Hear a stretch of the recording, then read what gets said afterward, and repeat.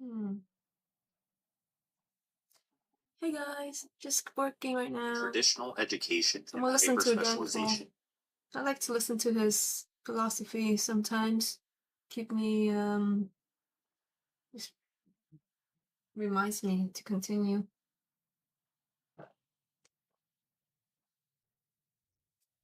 Anyway, yeah, I have to do Eddie's work today.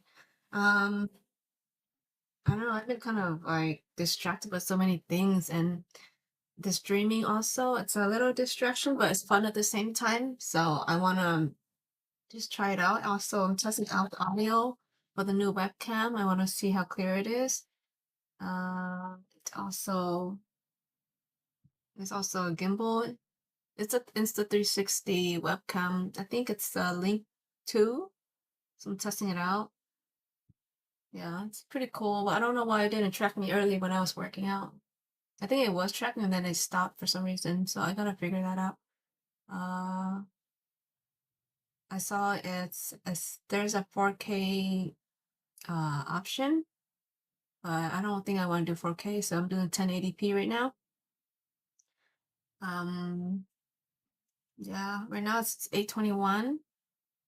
I'm gonna start working now. Uh, yeah, I don't know. Anyway, let me just start working, and we'll see how this goes. Is a way to make This video is how generalists win in the next 10 years. And I think it's about how, we have multiple interests. We're not specialized in one thing. And I think that's how I am too. I have a lot of interests in the things I want to learn. So it's hard for me just to pick one. Like I was thinking about cooking and making videos about it, but then at the same time, I'm just like, I don't want to go all in one thing. I was thinking about it just now. I feel, I feel like I'm pulled all over the place. And I see people who are so into one or two things, or I don't know, that's just whatever they want to show. But I guess that's what people call a niche. And that's like the whole channel is based off of that. And I totally understand why. But at the same time, I can't make myself do that right now. And that's what's like kind of bothering me. Like I don't know exactly what it is I want. But anyway, I'm just still continue living my life, and let's see what Dan Koe has to say about this. He said on this thumbnail, multiple interests are a superpower, and the title of his video is How Generalists Win in the Next 10 Years. So let's listen to this while I work.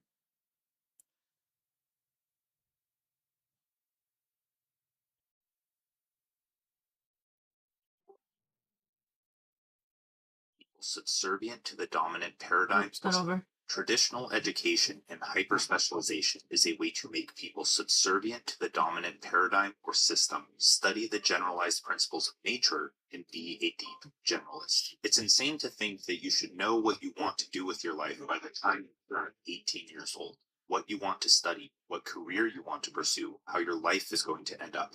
Most of the time, it's just like your parents: a job, a spouse, a mortgage, a few vacations, a few nice dinners, maybe a cat or dog, maybe some kids, maybe not, because the economy. At least that's what you're supposed to do. That's what society wants for you. But you're different. You have multiple interests. If you're anything like me, and yes, I shaved my head again, we'll talk about it in the next video. Focusing on one thing is just the bane of your existence. You can't do it. You have multiple interests. You can't help yourself. You want to explore the full range of the human experience. You want to acquire as much knowledge as you can. But people in society, maybe not directly, have convinced you that this isn't going to lead to anything great in your life. And I'm here to tell you that that is a complete lie. Because everywhere you turn, it just seems like your parents, your teachers, your friends, or whoever it may be, shoot you down when you bring your ideas and your interests to them, or they say that shiny object syndrome is bad or something that you shouldn't do. And they may even throw subtle jabs at your dreams and aspirations because they say they want what's best for you, but in reality, Mm.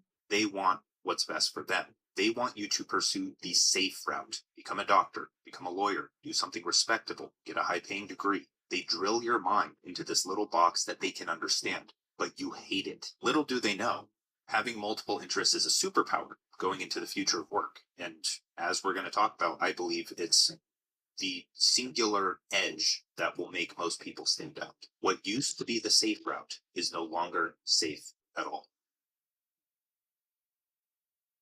If you have multiple interests, you need to learn one, how to differentiate yourself from everyone else, because having multiple interests, it's kind of chaotic, right? You don't know how to make sense of it and package it up in a way that is valuable, that leads to you getting something in return. So we're going to talk about the three differentiators right now, which is agency, taste, and generalism. And then later in this video, we're going to talk about how to turn your multiple interests into some kind of path forward in life. It could be a career, it could be a way of making an income, a way of sustaining your Mm, multiple interests, building a life that allows you to explore and understand these things and share them with other people. So let's start mm, with this classic quote from Robert Heinlein. A human being should be able to change a diaper, plan an invasion, butcher a hog, con a ship, design a building, write a sonnet, balance accounts, build a wall, set a bone, comfort the dying, take orders, give orders, cooperate, act alone, solve equations, analyze a new problem, pitch manure, program a computer, cook a tasty meal, fight efficiently, die gallantly. Specialization is for insects. Something fun as I was reading through that. Think about how many of those can you actually do? I think I hit on quite a few, but it made me realize that I need to learn a few. So comment if how many of those that you hit. I personally can't change a diaper. Now, in the early to mid 1800s, when America was industrializing and needed to educate large numbers of immigrant children, educators like Horace Mann traveled to Prussia to study their system. This Prussian education system was designed to create obedient soldiers, compliant citizens, civil servants, and well-behaved workers. It accomplished this with its focus on mandatory attendance, training for teachers, national curriculum, and testing for students, division of students by age, and the concept of grade levels. And if you're anything like me, a little part of you just died reading that. The thing here is that students were taught how to work, not how to think. So, impressed by its efficiency and standardization, Horace Mann and others implemented many of these methods in American schools, particularly in Massachusetts, which became a model for other states. Now, doing further research into this, Horace Mann didn't want the whole slave mentality to be brought over, but if we just look at the school system, that's kind of a byproduct of the system itself. It doesn't matter how hard you try to avoid that. That's just the system. That's a property of the system. But there's an important point here. Since you do not fund this school system, you do not control what is taught. You're told to read this and memorize that. And if you don't, then your industrial age parents will scold you and threaten to ground you. And then you can't pursue your own interests or go hang out with your friends or explore. So you're getting double the pain, even further. And the crazy thing about this is that this education system has to bias the bottom quintile. In other words, you are forced to learn at the same pace as the dumbest 20% of the people in the public school system. And this is extremely disruptive. We don't even have to talk about that. Because if you understand how the mind works, you understand that your mind absorbs the relevant information according to the goal that is at the top of your mind. And if your goal is to get a degree and job, that's the main overarching homing mechanism for your mind that's been coded into your head since for 18 years of your life. That's what you're doing. Whether you want to do it or not, you're just going with it's unconscious to you, right? You don't even have to think about it. You just do it. But since you're doing that, your mind is narrowed. It has a narrow point of view. That's what a goal is a point of view. It's not something that you achieve. It's a way of viewing life. So when those goals goal. frame what information you can Mm, even pick up, your destiny is to become replaceable because you're not going to learn multiple interests that allow you to be free. As an example of this, if I want to start a business, I really want to start a business, that's the only thing I can think about, then everything I perceive, the conversations I have, the books that I read, even if it's some weird self-help book or fiction book, I'll pull lessons out of it that apply and help me achieve my goals. But if you're going to school or you're getting a job or whatever it may be, you're doing the same thing, but for those goals. The real kicker here is that since those goals are not your own and you didn't think them through, the information that is programming your mind is creating an identity that you didn't create because you didn't create the goals that your mind operates on. So think about that for a bit. Here's the point. uh, Society wants you to be a specialist because useful workers serve society. But every single person you admire is not a specialist. Specialists are tools. Tools get replaced. AI is doing the replacing. Every free and successful person is a generalist, a polymath, even if they put on the guise of a specialist. Like if you are thinking of someone where it's like, oh yeah, they're very good at one thing.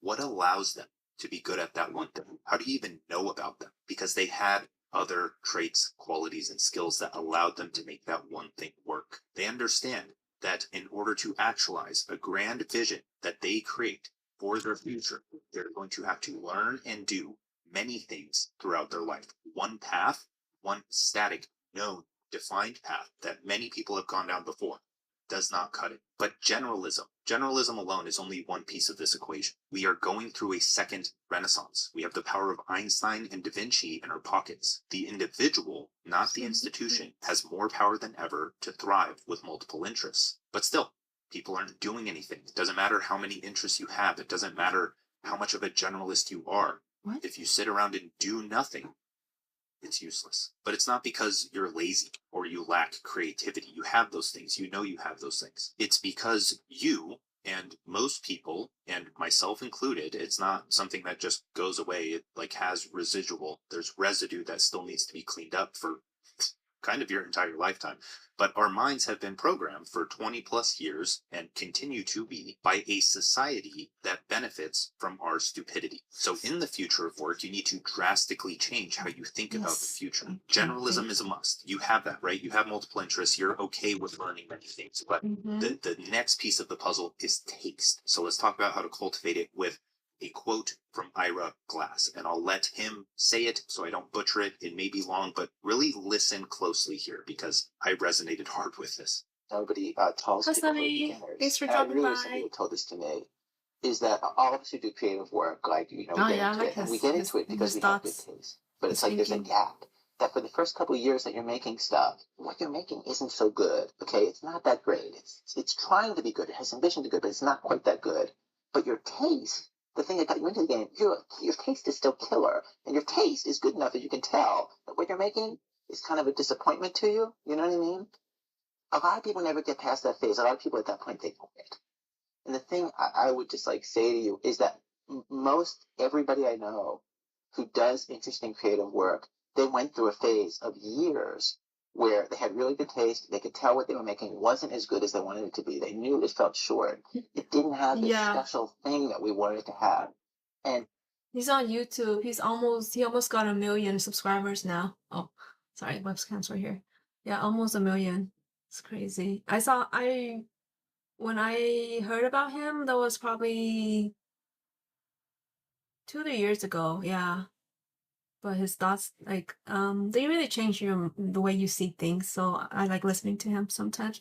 He's the one that came up, well, at least I learned this from him. He came up with the, I forgot the one person business. Okay, I shouldn't say that. Let me go find out because it was pretty cool. Basically, you're your own niche. You yourself. You are your brand. That was like the main idea that I got from him.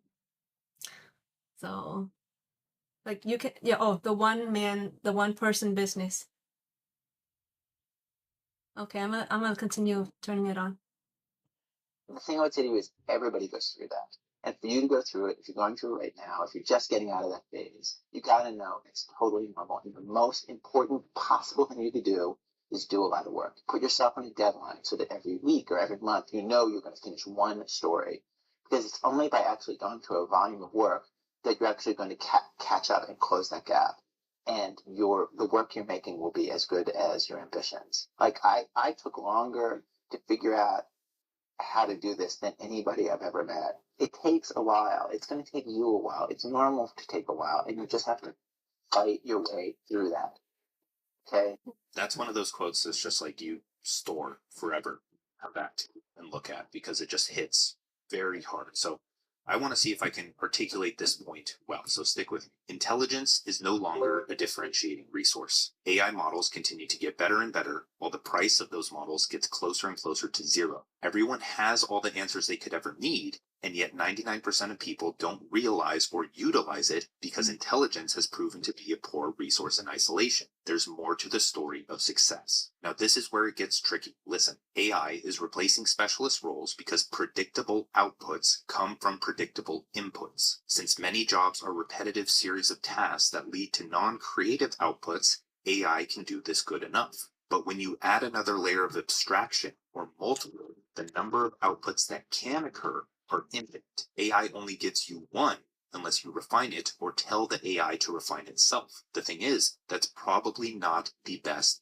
output, and it's absolutely not the one that will garner the love and attention to the output. Because most AI generations right now are slump. Now, I'm not anti-AI. If you watched the last video on the death of the content creator, which was a play on the death of the personal brand, both my videos, you'll understand what my viewpoint on AI actually is. I mean, we're putting it inside of Cortex. I'm not anti-AI. I'm anti-quick fix. I'm anti-outsourcing your thinking and just becoming a drooling blob of flesh. I'm anti being used by machines. I'm pro using machines. Now, it may sound like I'm repeating myself here if you watched those previous videos, but just stick with me because we need to illustrate a point here. Let's say you want to write a book, and you can also think about building a software or designing something or any type of other creative work. Right now, you can have AI spit out a book if you want to, and you've played with AI a bit. So let's say that we want to write a book, How to Focus. So we can open up Claude Sonnet 3.5. You give it a purpose as a ghostwriter. You give it your writing style, tone, and voice. You give it the target audience. You have it create a table of contents based on pain points of that audience. For each chapter, you can have it include something like a relevant story, main insight, actionable steps, and a novel concept like time blocking. And along with that, you can go and study other books and look for patterns within them and then be like, oh, okay, this one has a metaphor. You can kind of create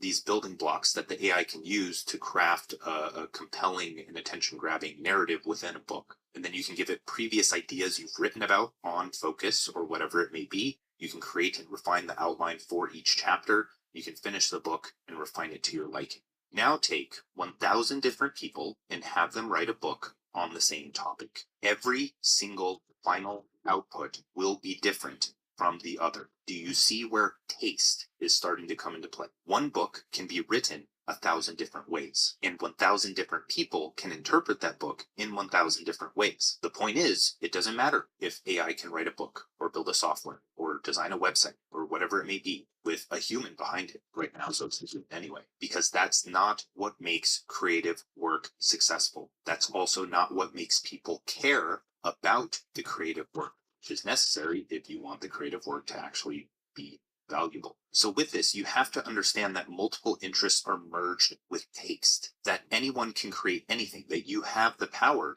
to do all of these different things. You have the multiple interests, you have multiple goals, you see your life going in so many different ways, and you can test and experiment with so many different ones of those now because technology has made doing things so accessible. You can embrace your nature as a generalist and tie things together with taste. But what makes a book, a brand, a software, and any other creative pursuit work is not the ability to create that thing, but how you synthesize multiple various ideas from different disciplines in a way that nobody could have thought of. A book on how to focus takes a completely different shape when you're at the pillar of it with your personal experience and you merge in something like philosophy, psychology, metaphysics, spirituality, whatever your interests are. Think about it. What's an interest? There's a random weird interest that you have.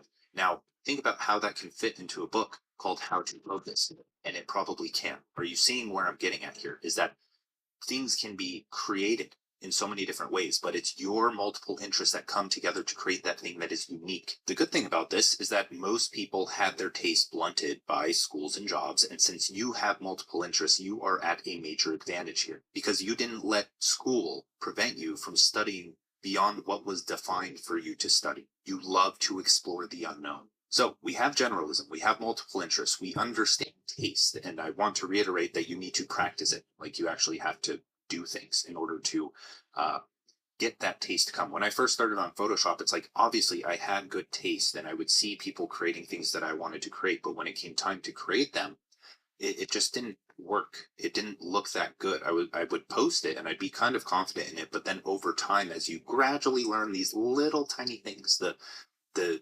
details is where things start to stand out. That's when you start to really cultivate it, is you have to practice. Beyond generalism and taste, we need agency. And to illustrate agency, we need to illustrate employment versus entrepreneurship. Because it's sad that business and entrepreneurship have become dirty words. We have a pretty immature definition of them. And for most people, when they hear those words, their mind just starts to flood with self-doubt and alarm. They think things like, that requires a lot of money to start. I'm not talented enough to do that. Charging people for money, that sounds like a scam. I don't know how to create an LLC or do my taxes, so I'm never going to learn. Sounds boring. Now, I'm not here to talk about entrepreneurship as a role or a title or something that's reserved for talented people. I'm here to talk about what it actually is, which is a state of mind. It's a state of consciousness. The difference between an employee and an entrepreneur is the difference between low agency and high agency. In this context, high agency individuals are those who create their own goals and actively pursue them without permission from another. Low agency individuals are those who are assigned goals and pursue them because they don't have a mind that allows them to see any other option. True agency can only be developed when you blame yourself for every problem, even when you're not at fault. An entrepreneur is often an employee, but an employee is rarely an entrepreneur. At top companies, the most sought after employees are those with high agency, the people who just go and solve the problem and deliver some kind of value. They just do it. They don't need their hand held. They're an entrepreneur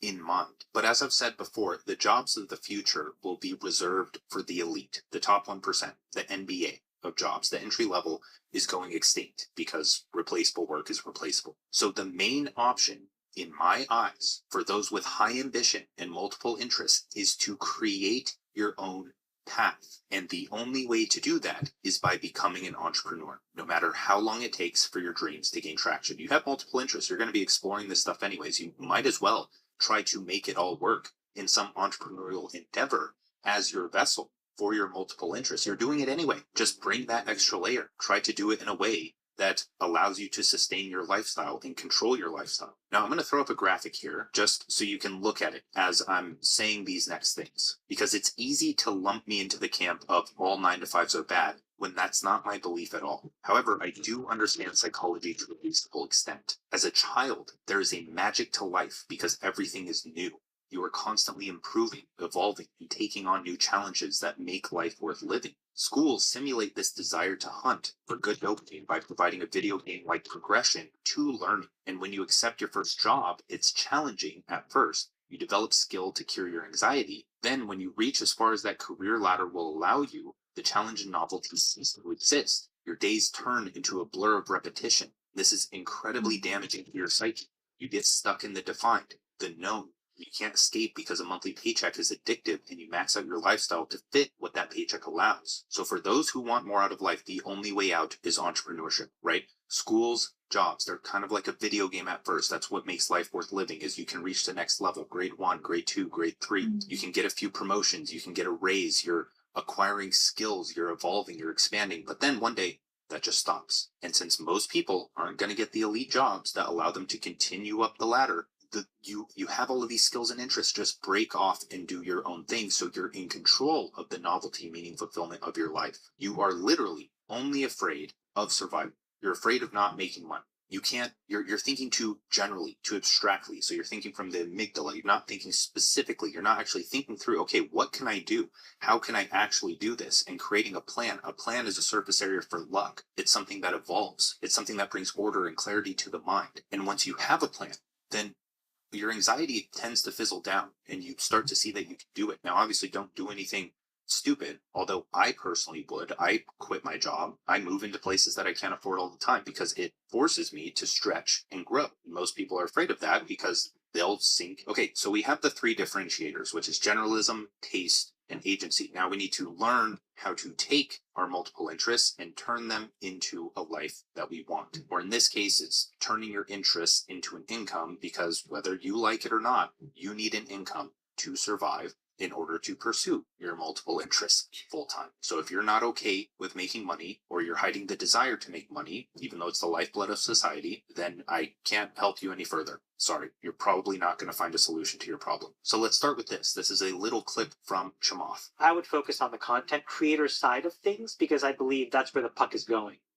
That's a much more important shift in how we all consume information and content and are entertained. So the final problem is this. You have multiple interests, you're developing taste, you're ready to increase your agency, but you have no idea where to start. And if you're young and haven't been doing this at all, the only places you know to look are like freelance markets and job boards, because you haven't learned and educated about how to do your own thing. And the thing with those is that those are known paths. That's no different from a job. If someone can give you the work, if you aren't hunting for the work, if you aren't attracting the work, then it's replaceable, and you're probably not going to get paid as much as you deserve. So rather than giving you a singular place to look or some kind of tactical step that everyone else gives you and you can go and find and try, I'm going to guide you to creating your own path. So that's what we start with. Step number 1 is to choose a meta path. What a meta path is a path of paths. So a meta path is like, okay, we need to climb this mountain,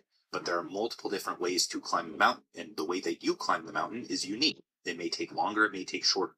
I want to give you a meta path that anyone can take, because the greatest mistake you can make is boxing yourself into a specific model, like starting an agency business or e-commerce business or some kind of other like niche model like Amazon print on demand. Those are great things to learn, but only to acquire relevant skills and knowledge to advance along your meta path. What I'm saying is I don't want you to operate as like, oh, I'm this agency owner and that's all I do, that's all I know. You're a CEO. You're the director of your life. And an agency could be a way of getting to that. But if it's not, then you're probably on the wrong path. Now, a better route, aside from pursuing those models, is to zoom out a layer and to view the principles that make all of those models work. Because once you understand those, you can create success in whatever you want to do, and you don't have to put a label on it. So if you want to do your own thing, you need these 3 things: a valuable product or service, a way to attract people who care, and the skill to make people care. And thanks to the internet, all of these are accessible to those with an internet connection. You can build a product or service with relative ease. You can write a book or an ebook or a guide. You can start a cohort-based course around your interests. You can build a software with AI-assisted coding and learning. You can dropship if you want to, although I don't think that's the best model to go after, although people are doing it well. But we talked about this in a previous video, a full guide to creating your first profitable product, and those are the best options for a beginner who hasn't done anything before and wants to get the grip of creating a product and learning to monetize their interests. And if you don't have an excessive amount of money to invest in something like physical products or a physical location or whatever it may be, then digital products, media or code, Thank you, Sunny, media for or software, visiting me. podcasts, books, Sorry, I was courses, working, whatever it I may know. be, software, But an thank you app, so much things for like that dropping by. require, that Have a good are night. pretty, I would say, easy to get into. That takes a lot of skill and you still have to learn a lot. But those are what you can get into that don't really cost too much money to create. Software can get up there, of course, depending on what you want to build, but the options are there. I like media-based products first, then go into software, then go into whatever you want. So once you've launched a few media-based products around your interests, you now have data on what works and you have some money to invest. So at this point, you can take the Justin Welsh route Yeah, it and you can makes me chill think out with a multi-million-dollar info product business. Why do I And I'm always not have talking that in about my the mind? make money online courses. I'm talking about something Interest. more sophisticated around your interests. You don't go to Skillshare and Udemy and think, oh, these are all just get rich quick scheme scams. No, media-based products are important. They're the education of the future. Creators are the decentralized educators. So people like Justin Welsh, that was his path. He Good night, got Sunny. burned out working as an executive at a tech startup, and then he took his skills and expertise, turned it into consulting, then turned it into media-based products like courses for him, which could also be cohorts or an ebook or a book itself. And now he has time for family. He doesn't have to continue building products. They sell on their own, and he doesn't have to do any fulfillment. He can work for 2 to 4 hours a day plus writing on social media to attract an audience to his products or services that help that audience, and he can spend time with his family and live a good life. Or you can go the route that I've been going, where I went that route and I could have pulled back and chilled out, but I'm young and I want to do more, and I like how personal development and business development are intertwined. how business can be a vessel for personal growth for me. So I started Cortex, and I'm like, okay, what's holding me back from building a team? Why am I so focused on this one person business thing? And so I started building it, and I started realizing my own faults. I needed to improve myself and become a better person and be able to provide for my team and make sure that we have a product that's going to feed the team and allow us to survive and hopefully provide something beneficial to the people who are using the product. Now, the problem again here is that anyone can build the thing. You can build a note-taking app or a writing app right now if you wanted to, but not everyone can attract people to that thing or allow them to care about it. That's where most coders, creatives, or authors fall flat. They build a cool app, or they write a book, or they create art, but they can't get people to care. They can't get customers. But thankfully, we have the internet, and you can build an audience, and social media is the new media. You don't have to try to get on the radio or TV or a billboard. You can be like Devin Erickson, who we had a very popular podcast with on this channel, who was the author of a fiction book, Theft of Fire. He used to be a programmer, but then he thought, okay, I've wanted to write a science fiction book for my entire life. So he started writing one. And when he started to go look for publishing deals, I actually don't know if he looked for publishing deals, but he decided to just sell it himself, because even if he got a publishing deal, he would still have to sell the book. The publishing would help with distribution and other things like that. But now with Amazon and all of these different technologies that allow you to distribute the book, you don't need a publisher. You need to go out and sell. You need to go out and express your opinions and interests and beliefs online to attract people to your work. It's not just about info products. It's not just about science fiction books. It's about music. It's about any of your multiple interests that you want to build an audience around. Being a creator is interest agnostic. It's not just about self-improvement and philosophy because you follow me and you're in an echo chamber. There are creators creating about every interest on the face of this earth, because the creator economy cannot get saturated, because being a creator is an extension of yourself. The internet is the public town square. It's us connecting with each other and removing the physical limitations of connection. Stop thinking about social media as just this app on your phone, when it is the way forward. If you get caught up in the half perspective that it is all toxic, you're going to lose and you're not going to make your creative work a success. The thing is, none of this is anywhere close to being easy. That's the entire fucking point. You're going to have to learn more skills. Going to have to learn how to attract people, how to write, how to persuade, how to market, how to sell. You're the CEO. You need to learn every single skill that requires you to operate a business along with your multiple interests that you're learning. You need to become a generalist. You need to have taste. You need to be able to package up and deliver signal to attract people. You need to merge art and business, as we'll discuss. To hone in on that, you need to attract people to your interests and your creative work. In other words, you need a medium and a message. Writing and speaking are the media. That's how you communicate with people. You either write posts, threads, newsletters, products, ads, emails, articles, etc., or you speak to a camera to get your message out to people who may benefit from it. Psychology, marketing, sales, and persuasion help form your message. You need to write or speak in a way that captures attention, articulates value, and builds trust. If you want to learn more about this, go watch the Future Proof Skill Stack video or the $1 million skill stack. There's a few of them. But if you want to learn how to write, how to turn one idea into 7 days of content that allows you to attract an audience to your creative work, then consider enrolling in the Writers Bootcamp, which is a cohort for Cortex, our writing software, that we run every quarter or so. This one starts on March 4th, and enrollment closes on that date. So that was long, but that's the meta path. Being a creator is the meta path. That's how you can make any business model work. You can be a creator and an agency owner. You can be a creator and a e-commerce store owner. You can be a creator and a teacher or running a cohort. You can be a creator and you can build a software. Elon Musk is a creator. All of the people that you look up to understand the power of sharing their voice and message online to attract people to their life's work. That's the meta path. So step number 2, once you're on the meta path, you need to understand that intersections are your edge. Because if everyone builds an audience, how do you stand out? Well, this is only a difficult question because you aren't your authentic self. If you were, and everyone else on this planet was, everyone would be unique. In other words, if everyone were to become a creator and all of those creators were their authentic self, meaning they solved their own problems and sold the solution, then we would enter some form of a digital tribal era. It would be composed of small, self-sustaining tribes that would form, and each person in it would be able to help others within that tribe with their own uniqueness. This is already happening. You don't need a lot of followers. You need a few hundred people who support your work and need what you offer. You really don't need a lot of followers in order to just replace the income that you want to make or live a decent life or make your enough amount of money. If you want to take it further, then you have the agency to do so, but you don't have to.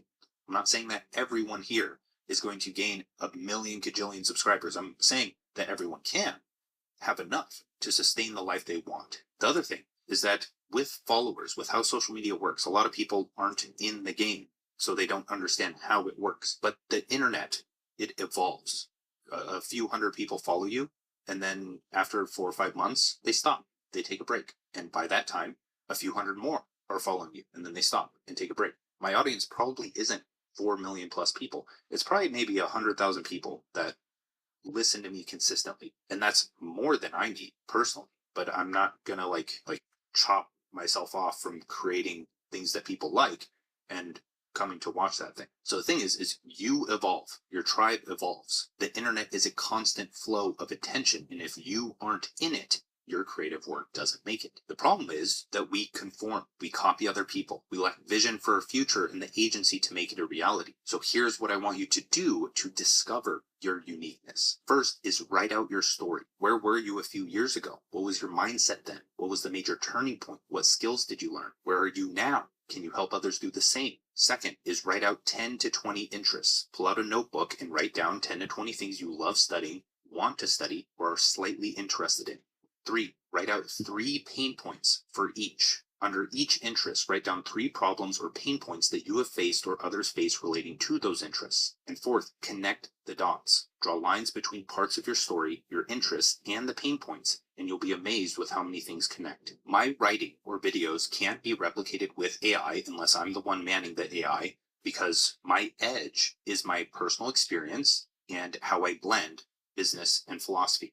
AI isn't in my head. It doesn't have access to my state of mind. It doesn't have access to my experience. Therefore, that's the only moat. Doing nothing with your life is still a bad option all around. It always has been, and it always will be. So the only option is to do something with your life. Because you can talk about the same topic as everyone else, but your experience, what you do, is what brings a fresh and unique lens to that thing.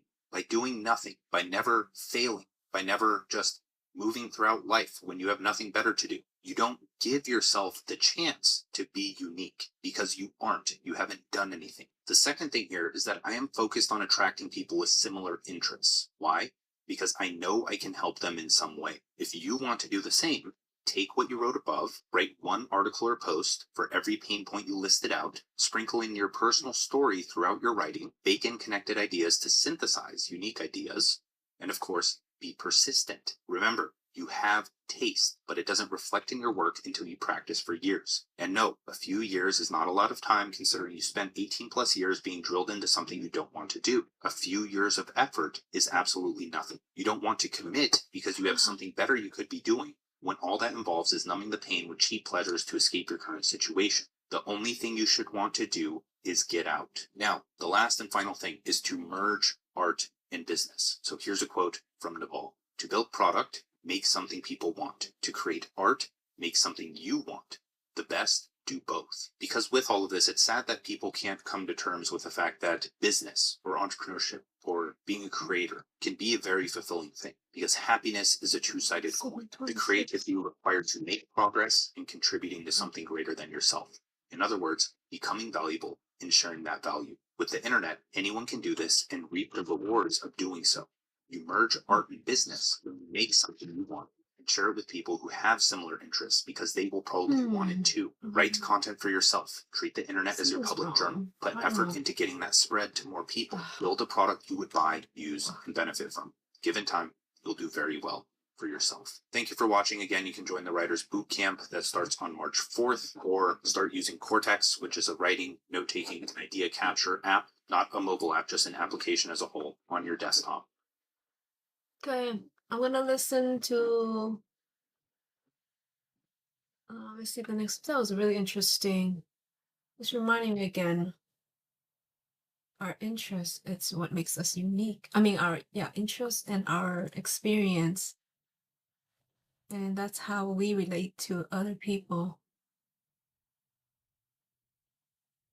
Mm. Oh yeah, every time he's like I know YouTube is the social media too, and I get distracted right now, especially. And but at the same time, social media is also what gives us a possibility to make money if we were to focus our energy on building something that can generate money. Like right now, if I'm working on my sublimation, no one would know about it unless I tell them. So that's why what social media is for is like I've seen so many Instagram accounts or even mainly Instagram account at maybe probably TikTok too. I don't know. I don't really use it too much. Probably YouTube too. Like everybody's got this small business thing. Like they are a one what was that word? A one person business. That's what it is. A small business, but ran by one person themselves and how their unique life story contribute with um um their interests. That's what make them who they are, and that's how they relate to certain people who are willing to support them. And so social media we need it, but at the same time it's I guess it's like more it's about knowing how to don't let it control us. Pretty much like use social media for the benefit that it can bring, but at the same time not let it consume us. So more being more of a creator more so than a consumer. Consumer in terms of consuming content, which we have this tendency to do. I don't know, maybe not everybody. Yeah, so right now I see myself too. Like sometimes I forget. Like why am like I mean, we go to the restroom and then we'll just doing our thing, and then sometimes I don't know if it's everyone, but ever since we got iPhones and smartphones, it seems to be a thing. And my mom's talking about it, talking about my brother. Like you're in the bathroom forever. And even I am too. I think most people are. Most people are. And that's I don't know. There was a point where instead of using social media, because I used to eat and just scroll, instead I was reading Kindle, and that was actually very productive. I learned so much more. I should be doing that again, actually. But haven't even had my dinner yet. And today we ate a lot of protein and fat, and a little bit of rice, carbs, but I don't feel hungry. But I should eat, keep my weight. But yeah. mm, I have to not that I have to, I find it interesting. It reminds me every time I listen to Dan Koe pop about I just can't stay still. Like whatever I'm doing, I am walking towards my like a future that I want. Building myself with the speech and just getting comfortable, speak out loud and all that. Um but I know I know that though. I know that well, yeah, because back then I would be self-conscious with my voice too, and listening to it, how we are, like we record ourselves and we listen to ourselves and it just sounds weird and cringy. So I was like that for a while, but now I'm okay. And I know that people on social media they make a post. It's not like just flows like that. You just turn the camera on and you're just talking. I know they practice and they like script and everything and prepare for that like 30-second, I don't know how long, maybe 10 to 15 to 1 minute script. It's like even something short like that takes many hours to do. And here I am just saying whatever. But if I were to do that too, I know now that I would be able to because I'm more comfortable with myself, my voice. Um, I just need to practice the script, and but that is also like something to learn in itself. Right now, I'm learning a camera presence, and Sunny dropped by, and I got a little nervous. I got shy, and right now with a webcam, I don't see myself, so I feel like who am I staring at? At least like when I have a camera on, like my other webcam, I was actually staring at myself. So I feel like I'm talking to myself, even though I know it's Sunny is talking to me. It feels like I'm talking to someone. But now I'm just staring at a webcam. So it's right now it's a little bit awkward, and not just that, but yeah. But she came by and visit. She says interesting listening to Dan Koe. Um, but yeah. I watched the one that I found about. Oh, it's like 2 years ago. This was when I found him. Found him. The One Man Business. He had a whole series on it. One Man Business. Basically, you are the business. You are you are unique. No one can be like you because you have your life experience. So we can never be like anyone else. We are ourselves, and we ourselves can create a business just being ourselves. Let me see. Work less, earn more. This was 2 years enjoy more. ago. Is this the first video? Okay, this is the one-man business model, how to productize yourself. Work less, earn more, enjoy life. I can hear the audio is not as great. That's my motto. That's my value proposition if you were to go to my website. And success is counterintuitive. And that motto has brought me the most growth in my life by living by that motto. Because working less and forcing myself to try to work less and build solutions so that I can work less rather than just be like, oh, you can't work 2 to 4 hours a day. You can only work 8 hours a day. It's like, no, I can work as much as I fucking want to if I build the systems that allow me to do that. And it's just obvious. Working less leads to higher quality rest or more rest, which leads to higher quality work. And so myself and others that are on this whole 4 hour workday kick are usually producing better work than most of the people that are working 12 to 16 hours a day, just being the hustle and grind entrepreneur that is a bit too promoted on social media. So it's work less, but earn more. Earning more is subjective. It's up to the individual, right? I would say that most people want to earn more, but they want to do what they enjoy. So that's another thing that I live by. Another rule where I have to build, I have to create a way for myself to do that and not just expect it to fall into my lap. So earning more is subjective, but over time, I truly do believe that anyone that has the dedication or at least the will or want and consistency to do what they enjoy for the rest of their life and make a good income doing it, do that. Why wouldn't they be able to? And then the last part of the motto is enjoy life. And that is usually a byproduct of both, of working less, resting more, earning more, and just having the time and location freedom to be able to do what you choose to do with your life. That's what I'm all about. And it's so weird when I see people in the comments or other things like challenging this notion.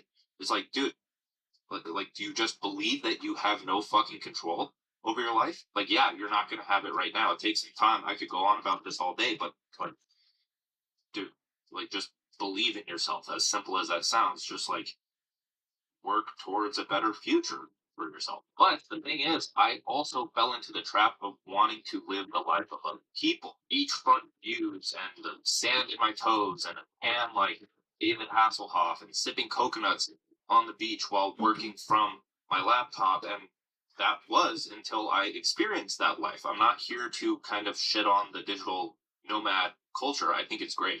I really do think it's great. But like, who wants to do that? It gets old very quick where you're trying to work on the beach and you can't even see your screen because the glare from the sun, and it gets too hot and you have to reapply sunscreen and you're like, I'm fucking thirsty. I'd rather just be inside working. And so I don't know, that kind of stuff. It's like, yeah, you have to go through trial and error to understand what you want. You have to figure out what you don't want in order to figure out what you want. But you have to understand that the glamour and the different lifestyles that people promote, it's doping, right? You're seeing something that you want, and then once you achieve it, if you don't appreciate it and make it a part of your life, then that is going to fade very quickly because your Wi-Fi connection in those areas gets old. Partying and the language barrier and doing the things that you see on social media as a highlight reel, they really do get old. So the purpose of this video, I want to talk about moderation and sustainability. We just talked about how some of those things, or at least the glamorous things, are not truly sustainable. So I want to present a business model that allows you to create your ideal lifestyle through practice, experimentation, and iteration. It's a way to make a creative income source with your skills, interests, and expertise, but it's not limited to people that already have those things. Business in the modern day with social media, the internet, and it being so accessible and low startup costs, you don't have to pay money to post something online and ask for money in exchange for a valuable service like a freelance service or consulting service or even just a coaching call or something that is very beginner level that you can then build up and increase from there as you gain experience. And so it's kind of a new path, it's a new business model because of all of the technological advancements. But the thing is that people still consider it taboo. They aren't good game, haven't been around for that long, but it's here to stay. You're going, if you decide to pursue this way of like social media and digital products and digital services and all these things that are growing and growing over time, there's some statistic about the education industry increasing by XYZ, and you understand that I am an educator, whether I like to label myself as that or not. Uh, every single person on YouTube that is a value creator rather than an entertainment creator is an educator. They are teachers. This is a new method of education that college and formal institutions cannot keep up with because their curriculum cannot be updated to match something that isn't going to put them into a job because the school system and just corporate government stuff is all tied together. They're training into one another. And so the internet, it threatens that because it gives the individual the power to make creative income on their own. And so the education around that from individuals on social media and course platforms and other things, you know where they are, the school system just can't keep up with that. So that's the main thing, is it is completely in your hands. And if you do not like that, if you do not value self-reliance or personal responsibility or just taking control of your own life, then this isn't for you yet until you come to the realization that if you want true happiness, those are going to have to become values of yours. So if you're watching this or listening to this, I'm assuming that you are between 18 and 35 years old. That's what it shows on my analytics. I have your age, I have your demographics. I'm going to steal them all and sell it to private third-party software. I'm just kidding. I don't do anything with it aside from look at this. But 18 to 35 years old. And some outliers. I see if you're like 40, 50, you're trying to get into this space when you're older. That's fucking awesome. Props to you. But 18 to 35. Now, the problem is that most people don't see those 18 to 35 years as past experience that they can leverage to help other people. You haven't self-reflected enough to see your own value in the problems you've overcome, and that you are genuinely equipped with information that can help other people, that you can educate them on, just help them. So the first thing is that you don't think you have enough experience. The second thing is that you think you're too boring. You think your life's too boring when this is the cause of social media and what we were talking about earlier with the glamorous lifestyles. You don't need a glamorous lifestyle to do this stuff. You need to be interested enough to make your interests interesting to other people. I always recommend starting with writing, like Twitter, newsletter, blog, even YouTube. I'm reading my newsletter from this. But that's the thing. You don't need to even put your face on the account. You don't have to do any of that. Stop letting the limiting beliefs. What I'm saying is the very first thing I said at the start of this video is that if you want to accomplish something, then you need to build a solution in order to accomplish it. If you want to start a business without having to show your body, then build a fucking business without having to show your body. Like, it's that simple. Stop convincing yourself otherwise that you can't do something because you're not doing it like everyone else. And from my experience, the highest paid individuals aren't the ones with the looks and glamour. those people are banking on sponsorships and other things, and they're not making very much money. I know that. The people that make the most money are the generalists. They aren't one dimensional. They're Generalists. multi-dimensional because they're the generalists that hire the specialists. Everyone tells you to become a specialist when that's the worst thing you can do. Why? Because specialists mean that you do So the things that he's talking about here, even though it's 2 years ago, he's still talking about it. So it's still the same ideas. Like it's still the same idea.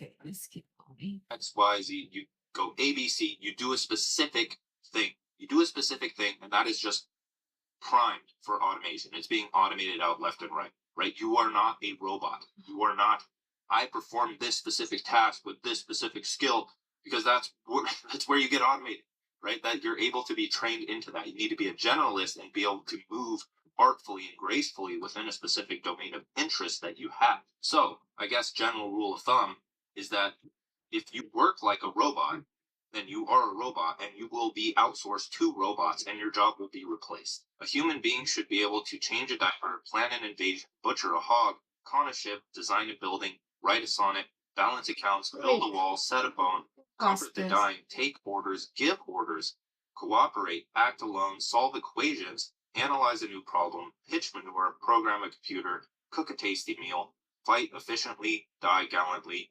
Specialization is for insects. That is a quote from Robert A.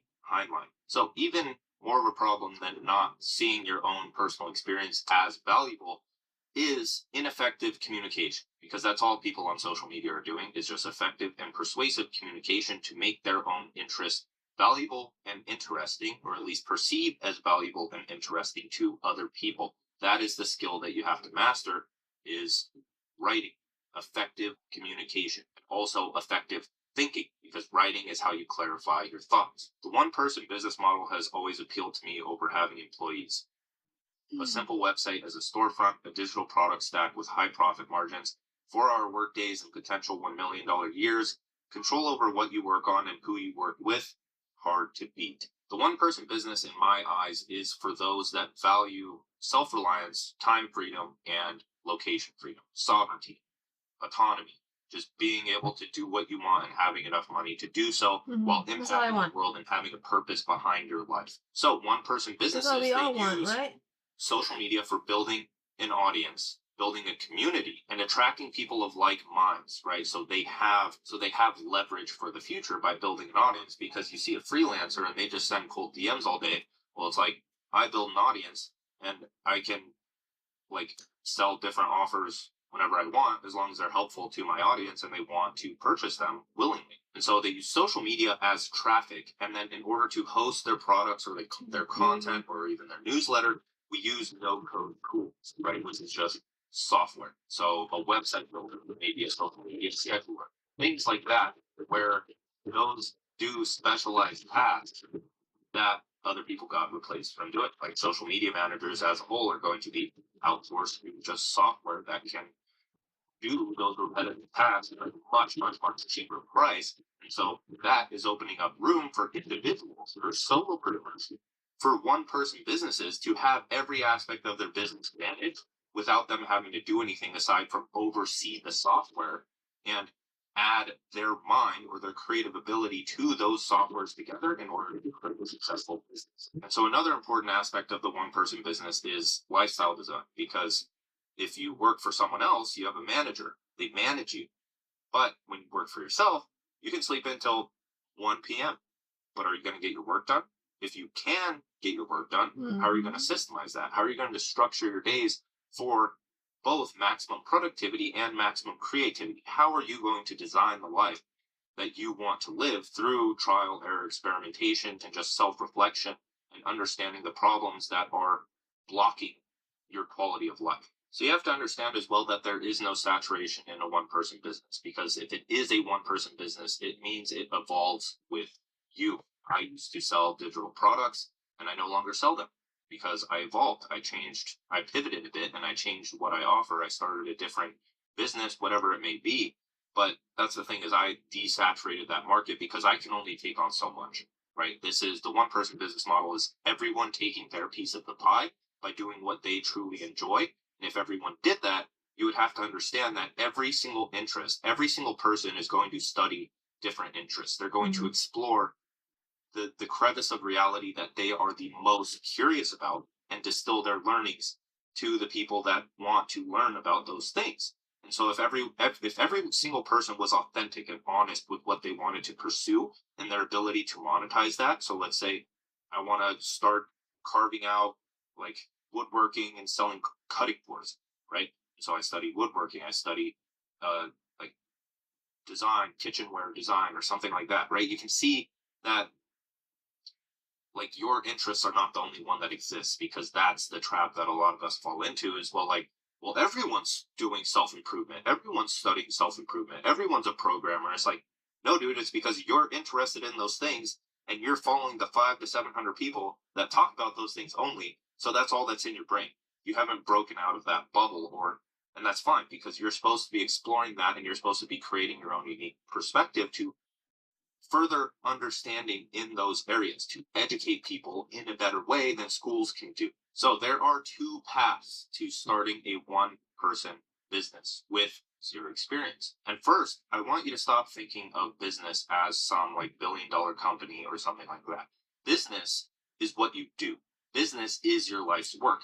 Business is the vessel to create your ideal lifestyle while impacting the world at large. So money is a modern byproduct of living with purpose and passing down your teachings. It's self-actualization and self-transcendence. It is a vessel for that. I like to think of it. There's like mindfulness techniques and spirituality. There's Zen techniques for achieving this actualization or enlightenment. For me, because you're not supposed to become ideological or dogmatic about one method to achieving one specific outcome. That's not how it works. Business to me is that method of doing it. It's a way of exposing myself to the world, practicing mindfulness, clarifying my thoughts with writing, and putting out a meaningful message. And now we're going to bring up the experience thing or imposter syndrome here again. I just want to make it very clear that if you could go to your friend right now and you could teach him about something that you are studying on social media or school or whatever it may be, you're more than experienced. You're already doing this shit. You just need to do it in public. So the first path is skill-based. This is the one that most people take. This is kind of what I'm trying to do, even though I don't know that much. Like what I learned so far of sublimation, I'm trying to publicize it also. And doesn't mean I'm gonna make any money from it, but it's just expose people and they know that I am developing the skill to sublimate. And that also doesn't necessarily mean that they would pay me to sublimate anything for them. It also depends on me, like what I want to do with this skill. So like all the skills that we've learned throughout our life, what are we doing? Are we doing anything to monetize it? Like the skills. Let's say like Sunny, I believe she's I don't know everything that's going on, but she is a part-time DoorDash driver. So I don't know anything about that, like that business as a whole, and I'm sure she has plenty of experience to tell. And it's possible that she does talk about that in her live, which I drop by sometimes, a few times. But I think now I don't know her like I mean I met her on YouTube, but I would say if I wanted some advice on DoorDash or Uber, I think it's DoorDash she's doing, then I would ask her like how do you get started? Or like what's I mean because of course I can always Google too and there's YouTube videos and all of that, but it's always nice to know someone who's doing it and ask them. But if like she decides to create something just and post it on her YouTube channel as something that we can review whenever we want to. Like on her link, I saw a bunch of Amazon links, which I did click on because I wanted a I was looking for something in my car so that I could use and stream maybe while I'm driving home or doing something. I was just thinking a lot. I put on my my Amazon cart and possibly will order whenever I get the chance. But yeah, like I think I think everybody's got something, and if we just express it in public, then who knows? Maybe someone will find it useful. And also, like when we also just talk about it. Like I Sunny, she wrote a post on her community post about how she has a membership, and I think that's awesome. And she is trying to figure out like what kind of value she can put there, stuff like that. And I thought that I was in that one of her live when she was talking about that. I mean, I don't know if she was talking about it before, but she talked about it in that live, and I thought that was fun to like when we start talking about things that we can do and how can we monetize it and how can we publicize that. It it gives us like the option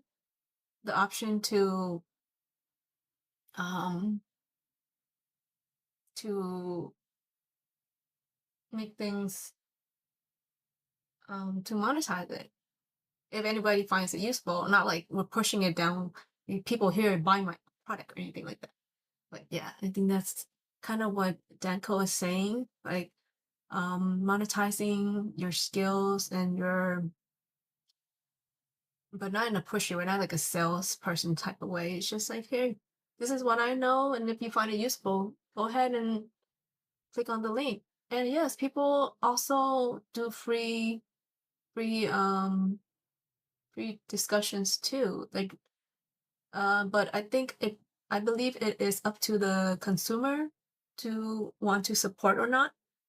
If they find it useful, if they want to support, then they would buy the product, even though I'm sure there are other free things out there that are useful too. But sometimes that's what I mean, like that's what Dan could also mean or about your life story and how you can relate to someone. And it's when you feel like you're relatable to someone or that you would want to support them. Of course, I can support Dan, I can support anyone, but if I want to particularly support a person because I feel something for them because they reminded me of something or whatever it is, then I will, right? I mean, we have the choices to decide who we want to support and buy from.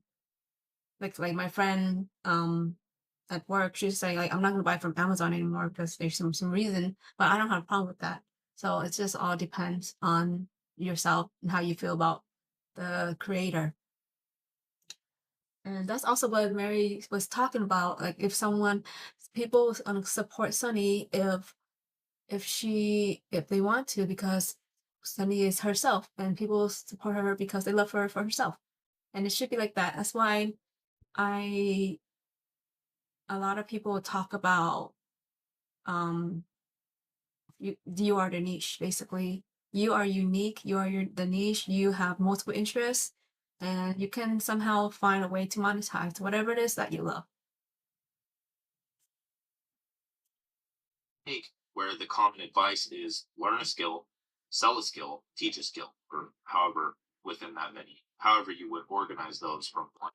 And this is great, but as I said, you don't want to end up one dimensional. You don't want to sell only one skill so that way you're automated. It's a great starting point, but you have to be working to get past that, or else you're just going to be that freelancer that's making the same income, built themselves into a 9 to 5, consistently on the verge of losing every single client and just not having a backup or some form of leverage built, like an audience, to pivot and do whatever they want and are able to pursue their genuine curiosities that are going to change and evolve over time. So, path two, the one that I like, is development based. So, the development base is based around the four eternal markets. The eternal markets are where most people are trying to achieve lofty goals. Hi. Um, how are you? I was trying to figure out. I know your name because I didn't find it on YouTube, but I believe it's on Facebook. But since you didn't put it on YouTube, I didn't want to. I don't know. Maybe you wanted to keep yourself anonymous. Oh my god, I'm so excited. How are you? I'm working right now. I'm listening to Dan Koe. Right now, the video is on the one-person business model.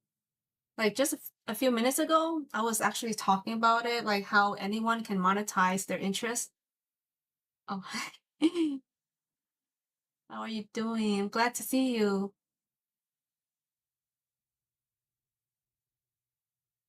Are you? Yeah? I mean, I was kind of worried about you. I mean, I know you've been quiet, but I think you just have lots of stuff going on. I know you have a big family. How many kids do you have? You said you have lots of kids.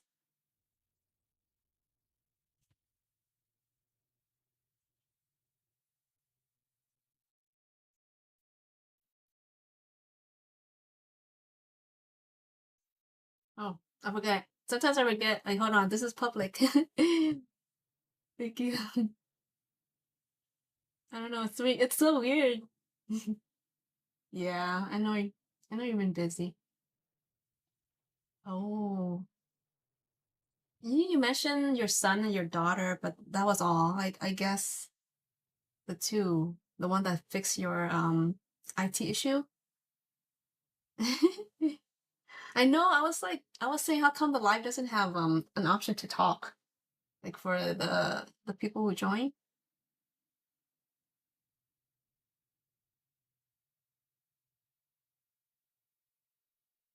I got shy. Like earlier, I'm still getting used to this. So earlier, Sunny dropped by, and I just got so shy. And then I was like, and it's funny because was it yesterday or 2 days ago? No, the first time. 4 girls and 2 boys. Oh, so like the first time, there were some people who came in, and I was like, they were trying to talk, and I got so shy. Okay.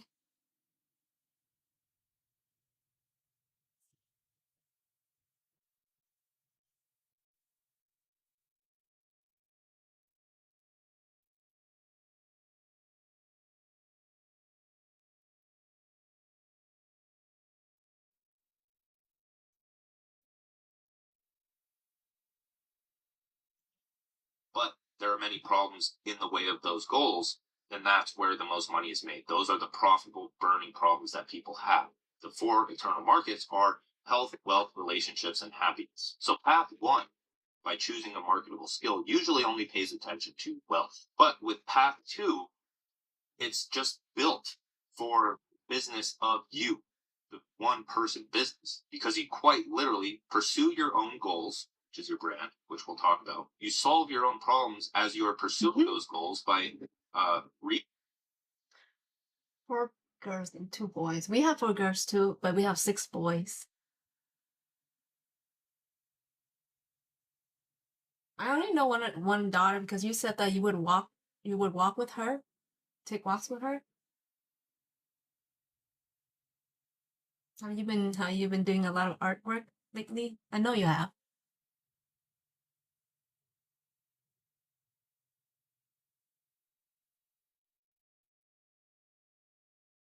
Mhm.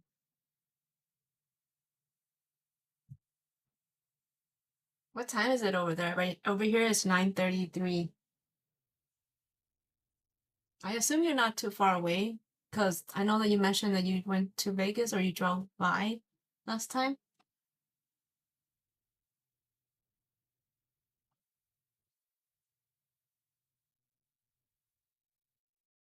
This is nice. It's different. It's like really, I guess this is what life is about. Just opening the door to come visit.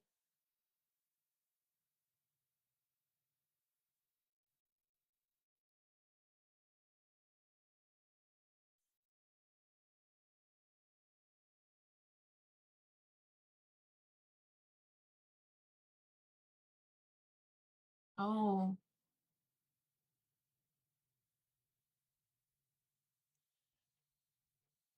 should I chat?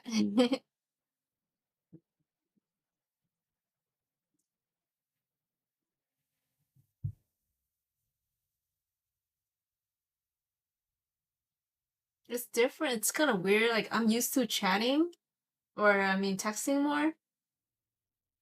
Yeah.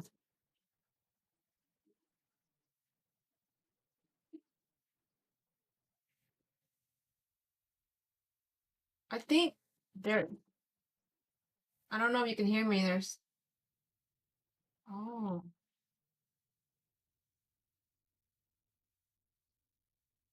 I've never been there before. Is the weather like good right now?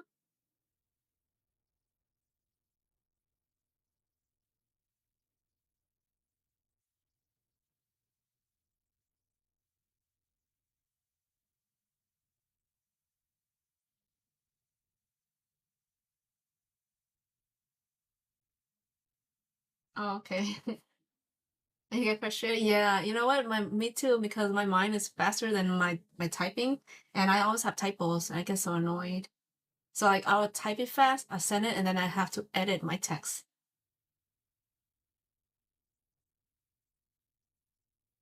I was listening to your videos. Was it yesterday or 2 days ago? I think 2 days ago. I love them. Oh wow, that's really cool.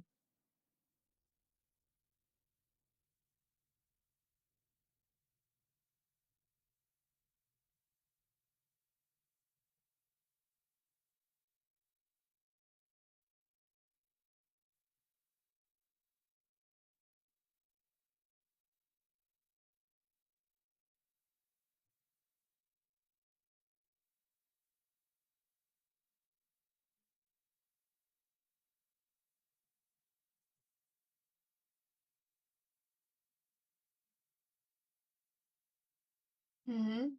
Mm.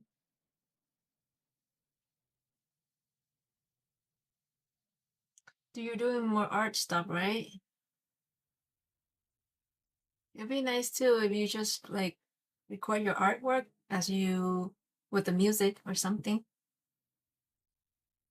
but no pressure or anything because I know it takes time.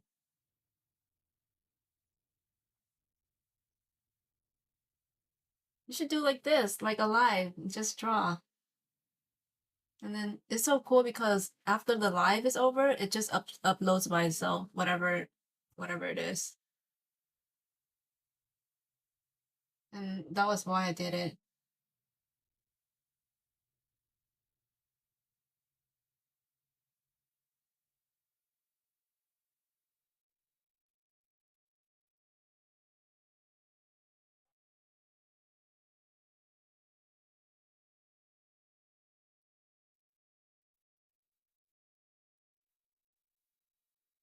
Oh yeah, that's right. The sticks. Oh, oh yeah, your real estate. That's good. That's good. Busy. My brother-in-law, he's a real estate, but I don't know what's going on. What's he doing?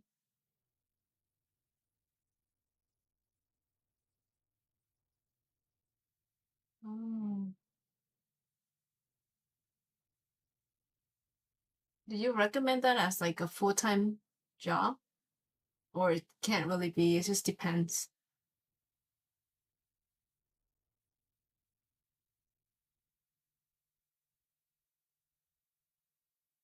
When you say stick, he lives in California, Southern California. When you say sticks for the hair, are you talking about hair clips?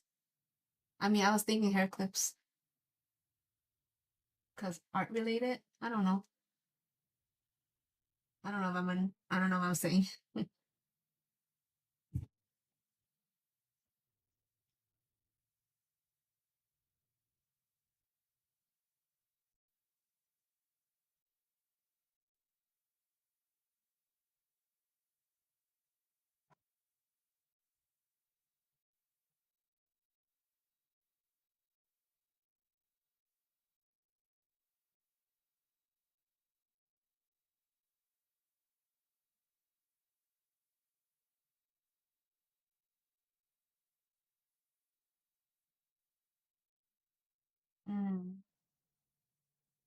Yeah, hair accessories.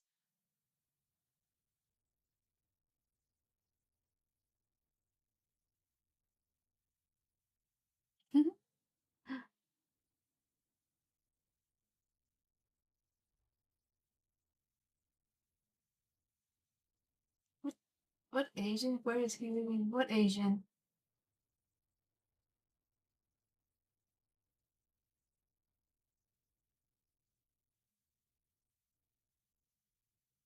Oh yeah, those are so beautiful. Are you gonna show them? Are you gonna show them to us? Whoa.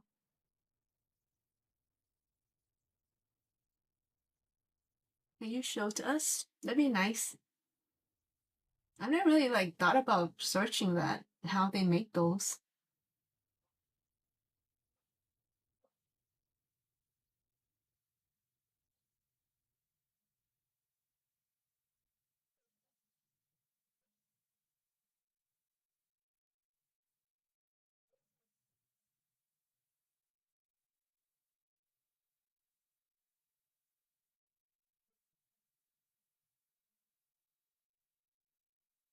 I mean, this is like kind of weird and crazy. It feels different. Like, we will message each other,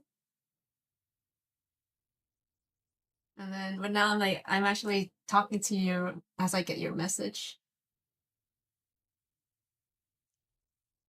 That's so cool. I don't know, that's really cool. Like when you get into something and then like there's just like all these creative things that's come up. No, I'm sure they're beautiful. But I know what you mean because like once you start looking at others and then you compare. But that's what I was thinking today too about cooking and stuff. Like I know there's so many awesome YouTube channels already, but then I thought to myself, well, this is mine. This is how I make my like fish sauce or whatever. So, and there's always the whole the memories behind everything that we do. So I know like when you're doing that, what triggered those thoughts that made you come up with that idea? Like all that is all memories, and there's just it, at the excitement you feel like I know like yeah. So don't yeah you would I don't yeah I know what you mean though. You're looking at other people, and then I'm sure they're beautiful though.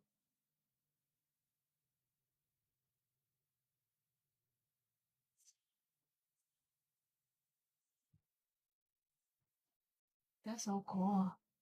Like I was working on the templates for the magnets, and then I also was thinking about all these other things, but then life gets in the way, and maybe that's just excuse. But then I started having to like right now I have to do Eddie's work, and I feel dreadful doing it, although I have to. But then he pays the bills too. But then now after this, then I'm gonna work on the sublimation and the magnet.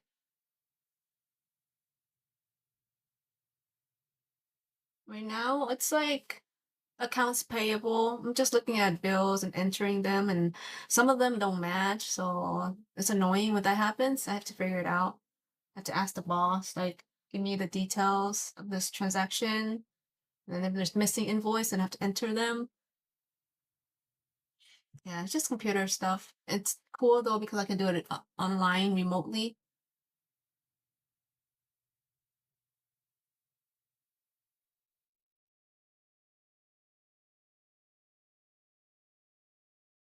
Don't look around in my mod. Is my mod okay? Yeah, yeah. I used to think like I suck at everything, which I still do, but I realize it takes time. So just be okay with sucking for now. It's just like when you get a job, right? You get a job, you don't know much, and then like people have to train you, and then eventually you get better as you continue doing the same thing. So if I'm doing the same thing for a long period of time, the consistency, it's what it is that's gonna make me better. And I'm sure you're good. And everybody's got their own style too. And people also have different opinions, so they also like I can find something beautiful where maybe Phil will not think the same way, vice versa.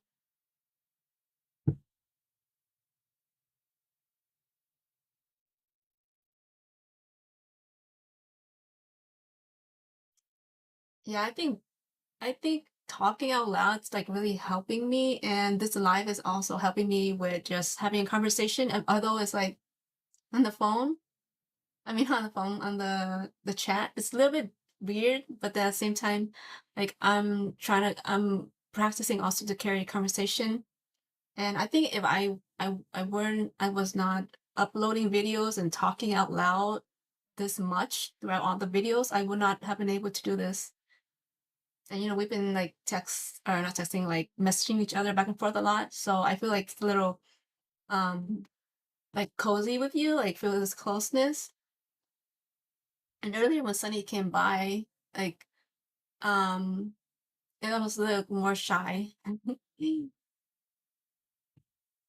And I didn't talk too much with her.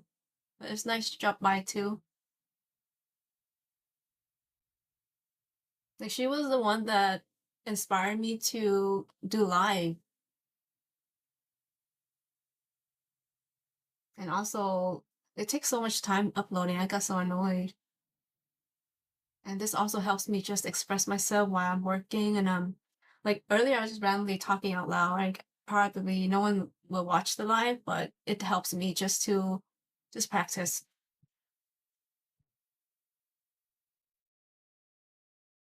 What time do you wake up tomorrow? You usually get to bed by 9 something?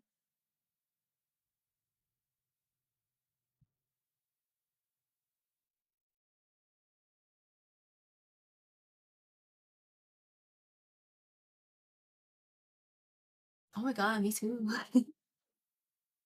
Do you have like are you a Amazon associate? I would look through Amazon just for fun. Like back then more like let me see, let me find out these cool things that they have.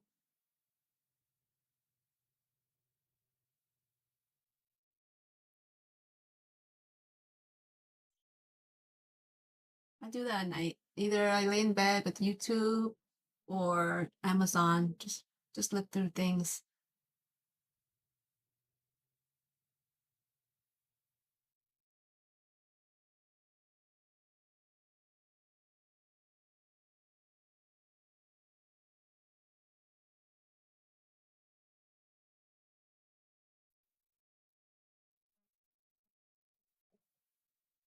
Mhm. Oh, wait a minute.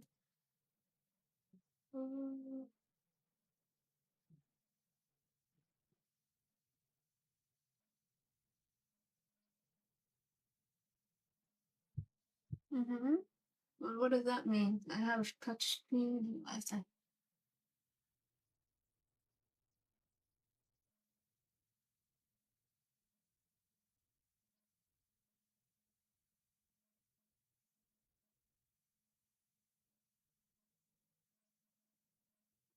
what time do you have to sleep by to get enough sleep? I don't know what you mean. You're, am I up to date now? That's what I got, the last message.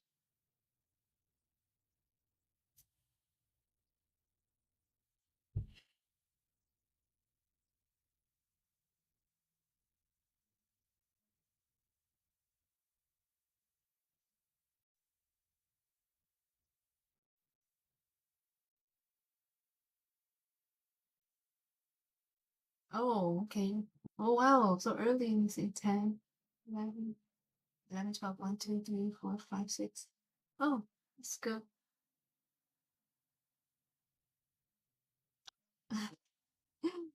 You just love ordering? Me too. Like, doesn't it feel nice when you open the box? Like, what's in there? I get so into it. Like, I keep on getting into certain things and then I'll like look for everything that I need for that particular um interest. Like, I was into sous vide for a while, so I need a bunch of things. Okay, I'm listening.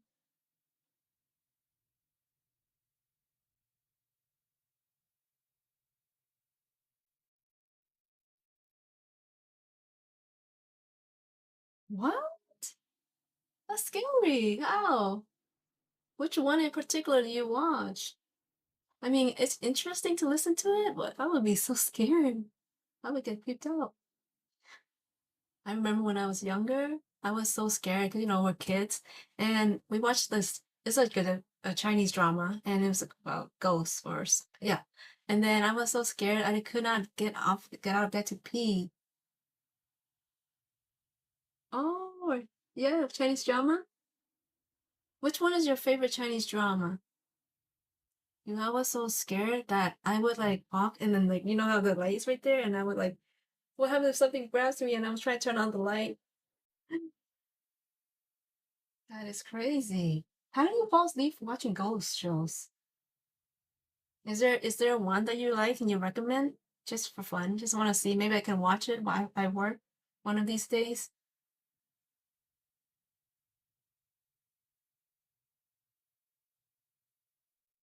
Oh yeah? I might have missed it.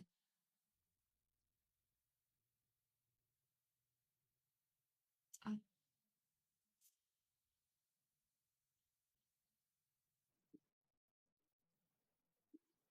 Just in case. That's my email.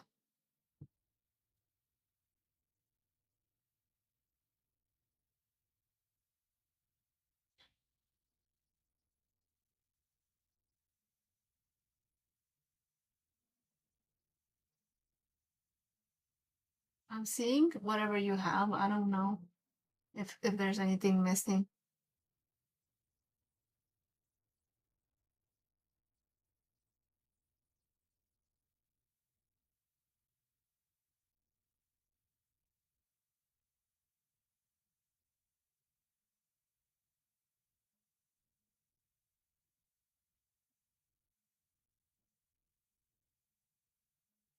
Oh. Yeah, it's not the best. I I know there's this one guy who was like streaming and then he'll say, "Okay, we're gonna go." Like I didn't join or anything, but he said he's gonna go to is this Twitch maybe? I don't know, something else. Or maybe it's Discord or something where I think you can like talk with your mic instead because YouTube doesn't have that option. So that's what he was doing.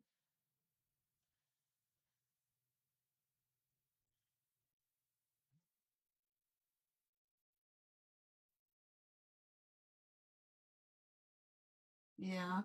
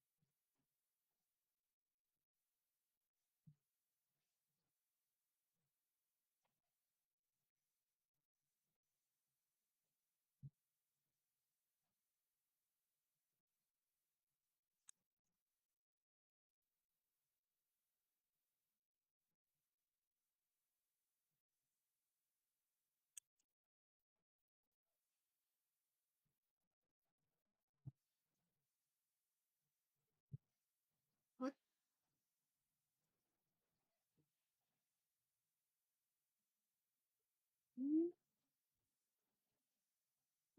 Still wrong. All right, I'm just trying to finish this. Mhm.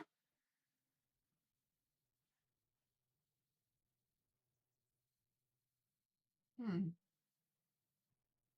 Just watch that.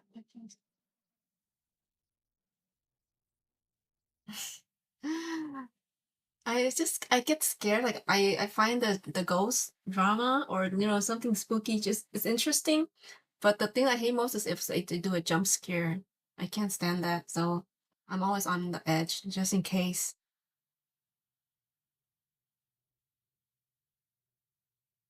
So all of your the C drama or Chinese drama is on YouTube, and I assume it's you're reading the subtitles.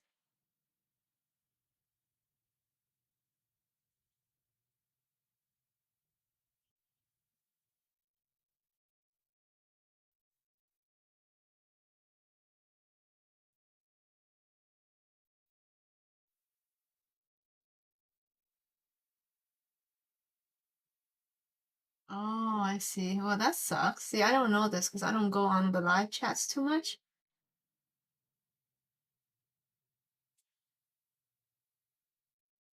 Mm,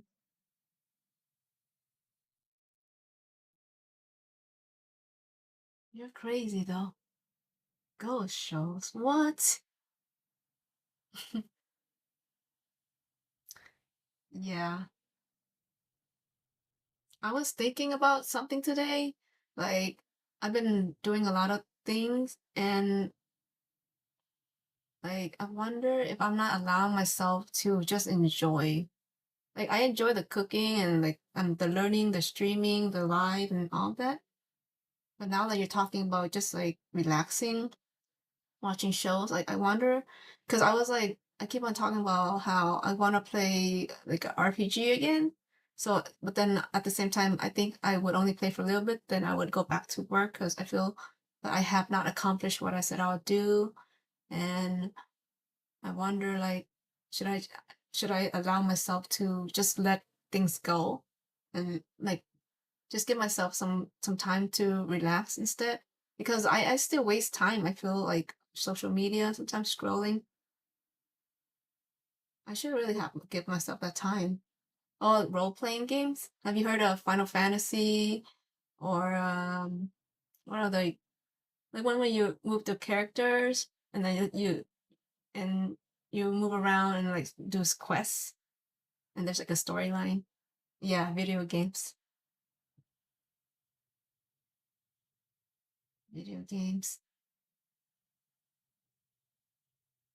I don't know. What's that? I've never heard of that.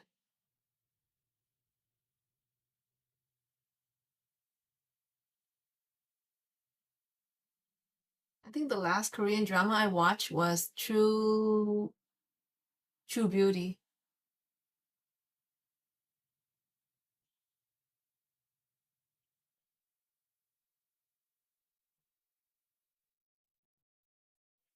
Oh my God, of course.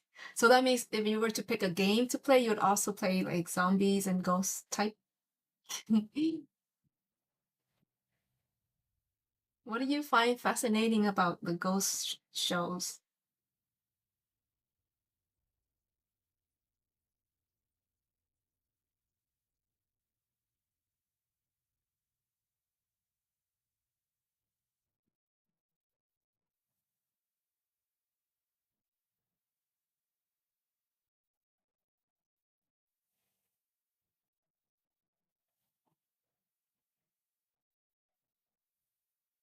Oh, so like since you like to watch ghost shows, would you ever like if you heard of virtual reality, would you ever like go in there and play a game like that or watch something where it will like, just pop up in your face? Oh,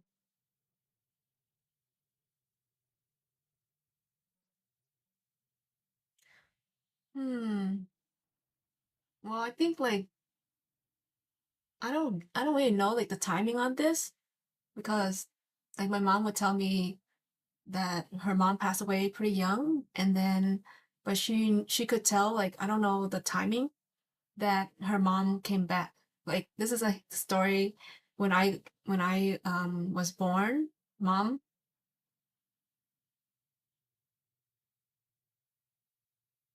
Oh yes, yeah. Like when something pops up.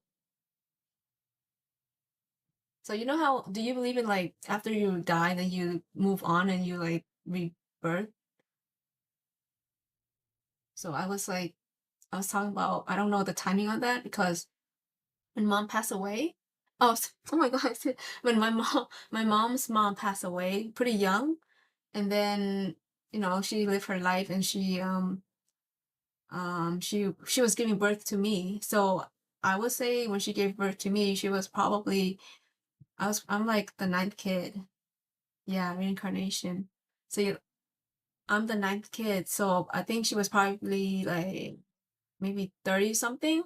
So her mom passed away at maybe I forgot what age, but pretty young, like 15 years old or 12 years old. But then mom said that when she was giving birth to me, like the um, the midwife was outside or something. The midwife didn't know. So the midwife, dude, I forgot the story. But oh, the midwife was said she saw a lady come to her and say, "Hey, my daughter is giving birth. My daughter's giving birth." And then later on, then that's how the midwife know that my mom needed help. And then the midwife told her, "Yes, this lady told me." So basically, my mom's mom spirit was still around. So I don't know, like, do we reincarnate right away, or it just depends? Like in the Chinese movie, like they would talk about how, um, like if you have something left behind, you can't really leave the place yet. You gotta like accomplish that or do whatever you need to before they can move on to the next life. That's interesting, but I don't really know. Well, we don't really know. I think I saw a video. Someone said they went to hell and came back, but who really knows?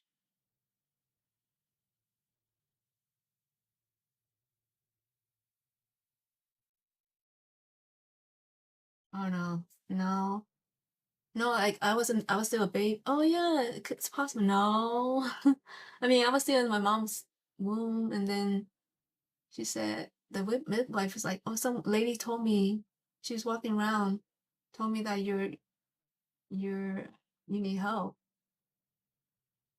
but it's possible, huh?" After that,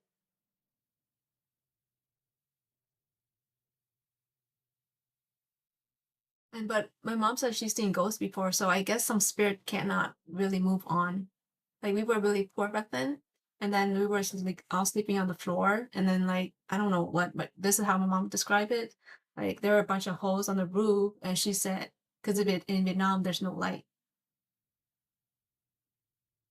Yeah, spirit. So she said when they're sleeping, you can look up, and then there's a bunch of holes on the roof, and there are ghosts just staring down at them. So yeah, she's still a spirit, and she didn't move on to her next life. So I don't even know if when we die, would we just stay around or not? But according to the Chinese drama, some ghosts can't move on because they still have things they left behind.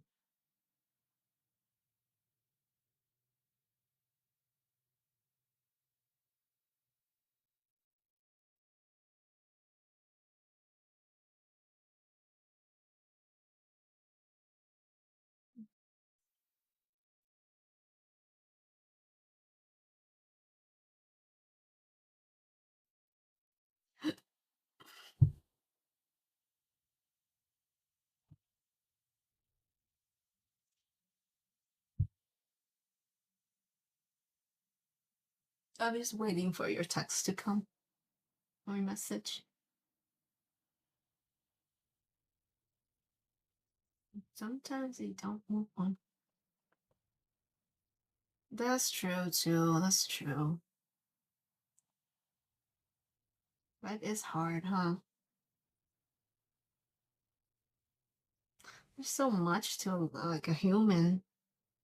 Like we already worry about like expenses and all that stuff, trying to survive and pay bills, and then there's also this other stuff with depression, anxiety, and like jealousy, all these like negative traits also that comes up when I don't know.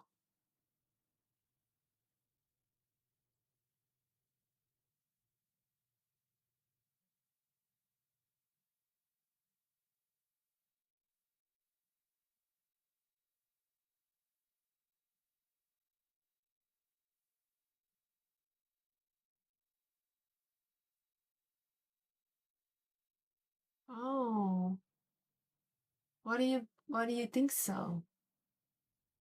But I kind of understand. It's like saying that you have to overcome it yourself. So that's why even if you die like that, it makes sense that you're back in the same state because it's like Buddha or God or whoever wants you to be able to overcome those things, huh? Hmm. Yeah, like do you believe also then like instead of reincarnation, then if you do good deeds in the Buddhism, you do certain things and eventually you can go to heaven? Like my sister believes in that. But I don't know if it's I mean it's nice to do nice things like charity and all that, but sometimes I wonder.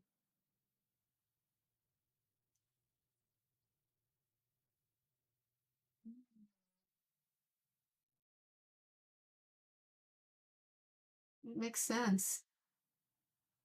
Or like I don't know if it's like a scam or not. Sometimes like in church feels like that, but I don't really go. I just heard things and sometimes I mean I think I went to this one and then they seemed to be kind of forcing it on us and I didn't like that.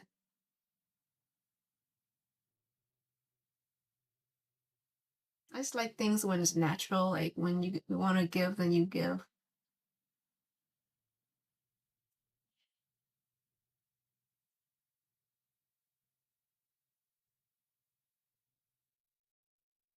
Yeah, karma. Eventually, yeah. I think some people don't see or know of it, but eventually. And I also wonder about that too. Like, how come some people understand that and they just know not to do certain things, like have integrity? Yeah.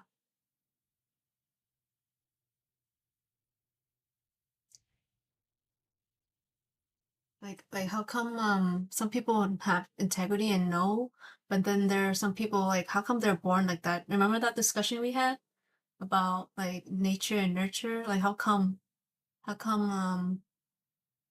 like why are some people born like certain way and like they do bad things even though maybe they do know or I don't know or they but they don't care? Yeah, exactly. Like if you're doing it just to think you get good karma, then no. It has to come from the heart. But I get it too though. Like some people do want to give money um in to help, but it just depends how it's all in the mindset.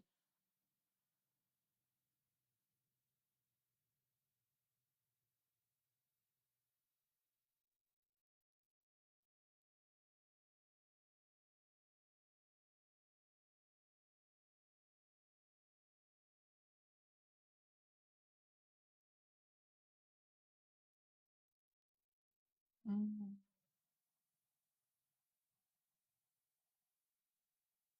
I guess yeah, that makes sense.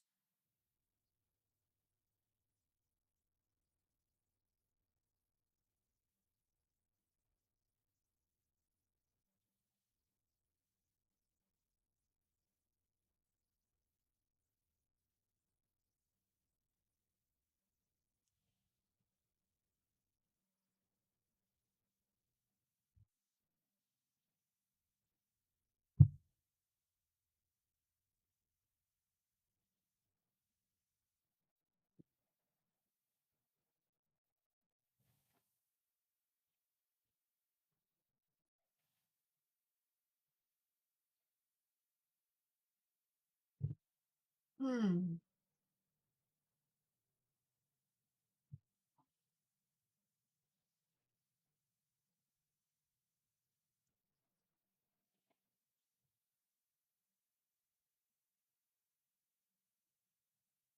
that's true. That's true. And you know what? Maybe also it's also depend on the previous life because sometimes you're born and then also like why do some people just hate dogs if they never really experience like a dog biting them or something. But it makes sense.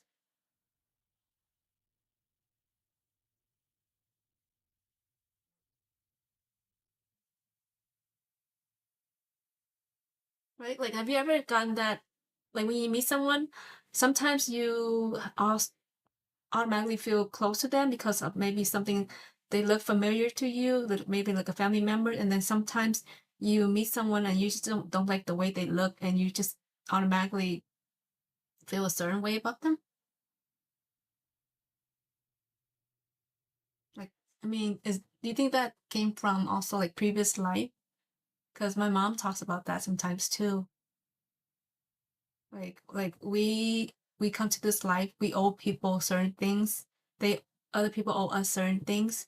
So like I can feel very nice and he can be a bastard to me, but I'll still treat him the best because I owe him something. So that's why previous life, whatever happened, I might have done something bad. So this life I'm supposed to be he's supposed to treat me like shit because I owe him something until that goes away, um until that goes away, until he like I don't know, is I guess relate to karma too, maybe? Then um yeah, then I'm just gonna keep taking the shit stuff that he puts my way. I don't know if that makes sense. Because I always think about that. Like just like I was talking about my ex, like he was a certain way and I was still with him. He was not a bad person at all, just anger issues. And then after he like calmed down, and then all of a sudden I didn't feel the same anymore. So I felt relating back to what my mom said, like we owe people certain things, they owe us, and we meet people for a reason to teach them something, and then it's time to move on. So after he calmed down, and then I don't feel the same anymore. So it's just like my time to leave, and then someone else comes.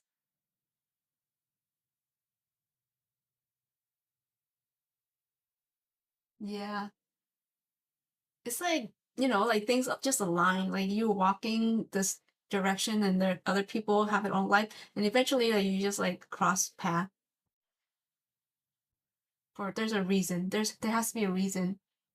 Like I remember after like a few years, I emailed my ex about it, and I said, "See, there's must be a reason for all of this." And now you met your wife, you have a kid, and things are good. I don't know, like I just feel there was a reason, because if I didn't leave, he wouldn't have met, and we would not have a kid because I didn't want a kid, so he wouldn't have not have a kid. Yeah, I'm talking about my ex's name is Tin.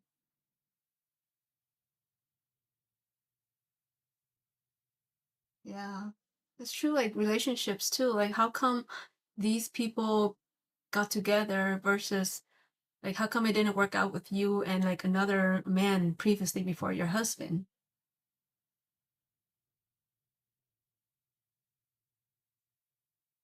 It's so interesting.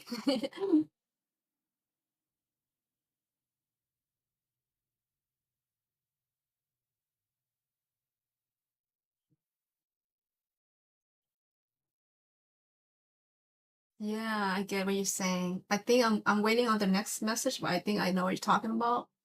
So now it's like you're born this life to, I'm just guessing because I don't see the message yet, to then learn not to complain. Yeah. Yeah, maybe you were bad back then in your previous life, so now you have to understand. Now you understand. You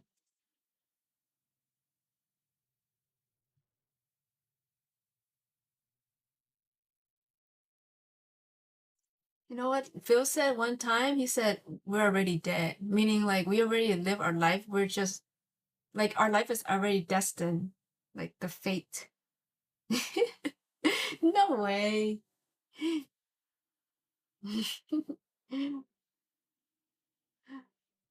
Our life is we're already dead. He said that a lot at one point, and he stopped. But he's really, I think he's into this stuff too.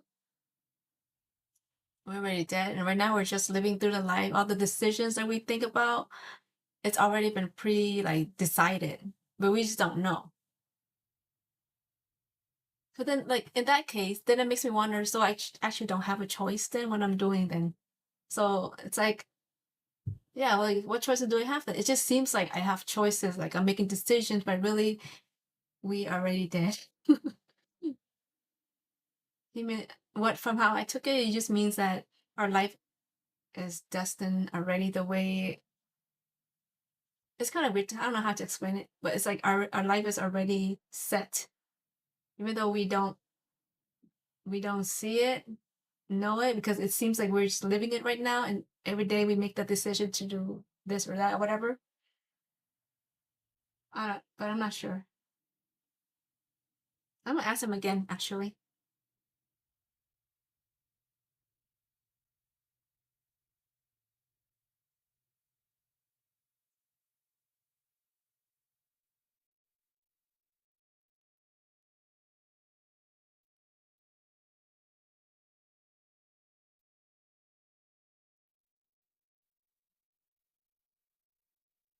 Yeah, that's what I was trying to say too. Yeah, it seems like it. Like if that's the case, if we're already life is already destined, then yeah, what's the point of me trying? But like every day, whatever choices we make, it should be because of what we did. Little bits here and there. Like if every day I continue doing this, that's what I'm gonna get better. That's how I see it.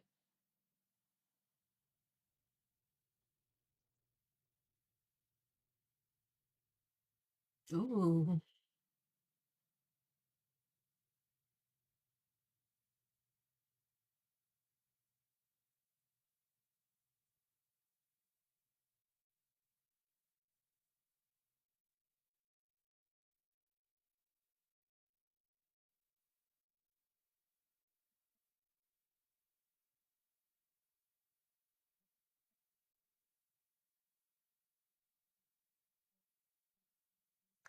Talking about quotes, I started doing quotes again, or question of the day and quote of the day.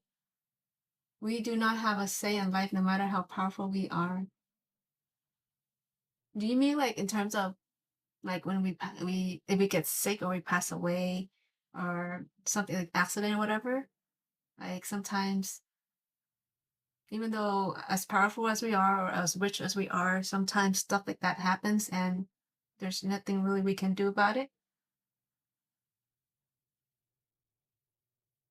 It kind of relate to what feels that right, like we're already dead, or like how I interpret it, meaning like how I took it was that our life has already been planned out.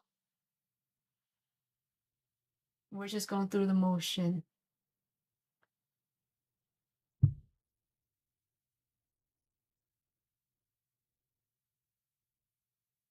Yeah,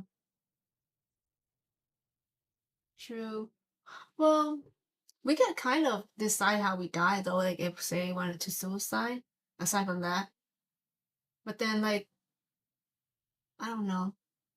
I mean, Chinese drama I've watched, like sometimes people want to die but they can't because it's not their time yet.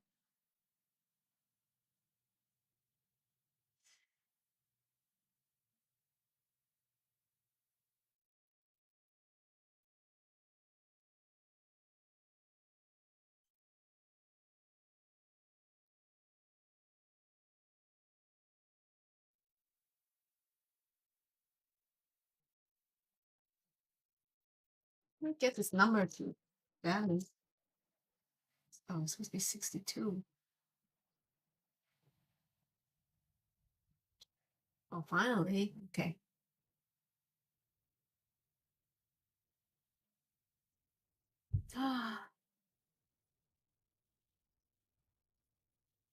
That's true. Yeah. So I don't know. I'm gonna ask him again. See, does he really mean? Because I think I believe I probably said the same thing too, and I just kind of let it go because how does that we we we would have a say though because like like say we have a really hard life. It's our choice to treat someone better or treat someone like shit in order, like in the Buddhism's, like if you have a hard life, then you still continue to do good, and eventually your life could turn, and maybe even if your life will be bad, then at least your next life you'll be better. And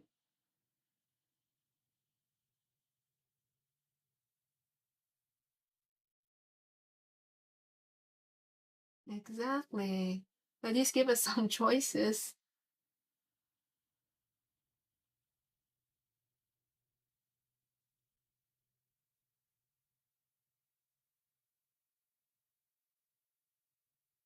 Mm-hmm. Yeah, that's true. It's like we can be born in a tough place, in a family where they're struggling, versus in someone who's rich, but still up to us how we want to live our life.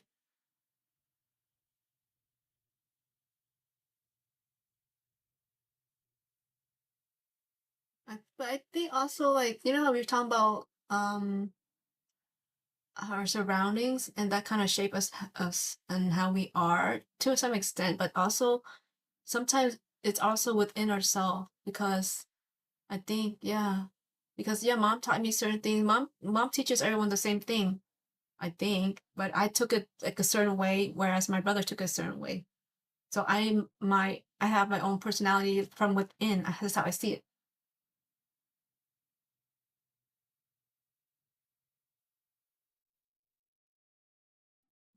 Yeah, we have to love ourselves. Yeah, it's hard though.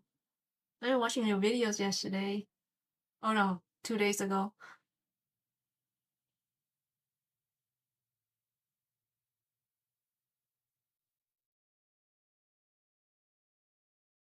Some days I like today earlier I was feeling really shitty, and I was thinking like bad about the videos I was making, but now I feel better because at least I'm still moving forward. I'm still trying. I'm still doing something.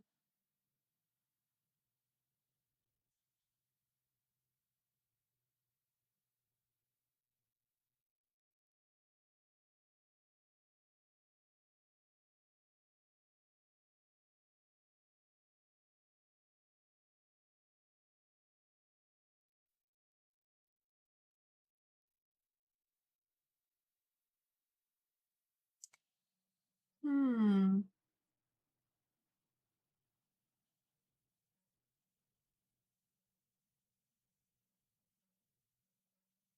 Thank you.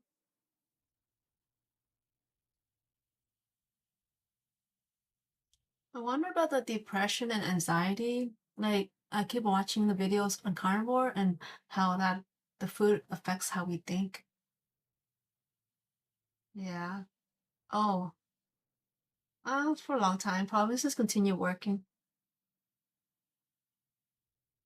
Because I was supposed to do my project yesterday, and then I just didn't even do it because of some other stuff went on, and then I didn't even finish Eddie's work, so I can't even work on this for my friend. So yeah, but I just have it on, just to have it on. I don't know. So I just keep it on, and then because I'm also testing the new webcam I got. So I just keep working, and I can check the time, like how long it took for me um to finish my work. Okay, so like the cardboard stuff, right? So a lot of people, well, there's this one man, his name is Kerry from Homestead How, and he had all types of problem, and um well, and this is not just him specifically. A lot of people talk about this that went through the carnivore diet. They said like they're happier, they're not depressed or they have anxiety anymore. So it made me think like the carbs also affect how we feel. Like, I don't know if it's it's either carbs or I think seed oils. I think it's the seed oil, because there's one time Carrie, he said that they went to on a cruise and he was eating strictly carnivore still, but I guess the food that they were making there had seed oils, and that caused him to have his anxiety and depression back came back.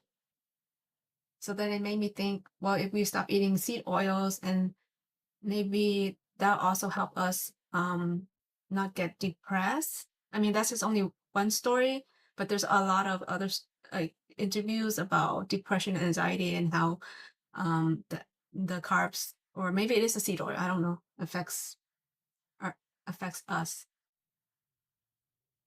And I'm not sure, but sometimes I feel that way. But then again, maybe it's just, I'm not sure too, because I was never really depressed. But then there are days where I feel like depressed or have negative thoughts. So I wonder if it's the food, like, or how much does the food impact how we think?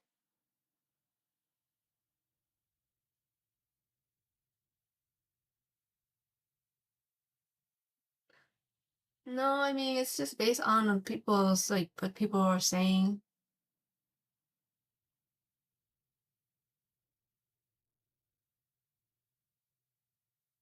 Like it's weird because it's not something that you can really do a test on.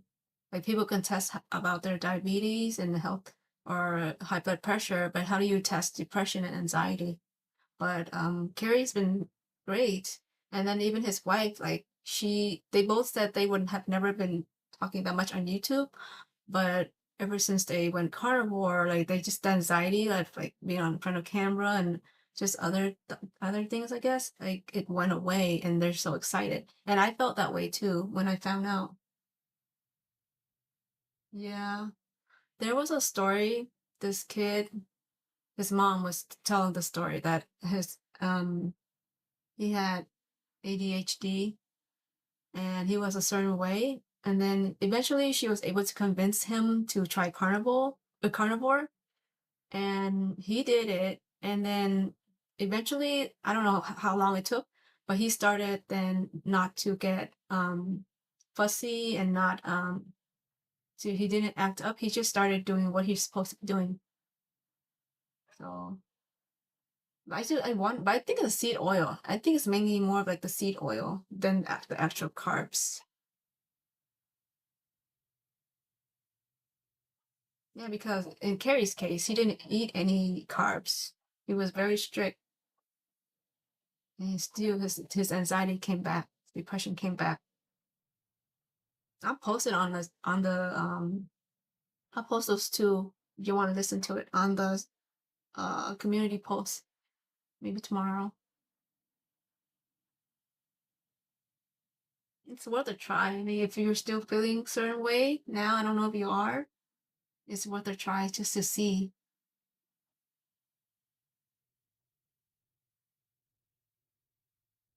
Because my plan soon, I was saying tomorrow, I was gonna start eating one carnivore meal, and then if I eat 2 times a day to get my weight back, then most likely one carnivore meal and then one low carb ketogore meal.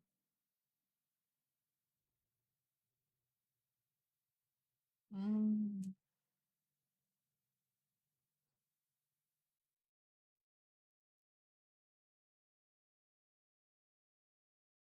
So you still feel that way now? Get anxious, depressed. I bet your house is clean then. I need that. I'm sorry. I mean, I just like sometimes I can leave the mess there. Like I'm okay.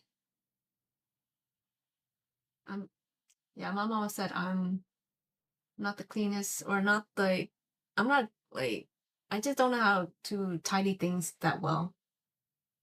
But wow.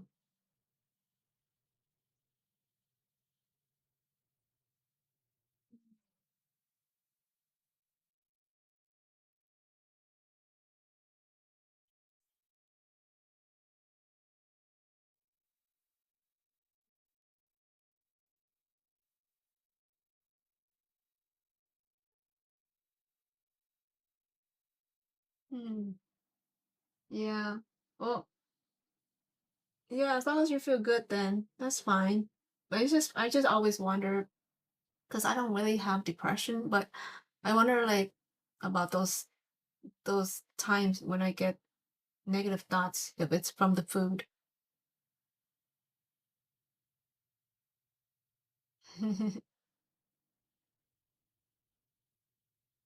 Does your husband help around the house?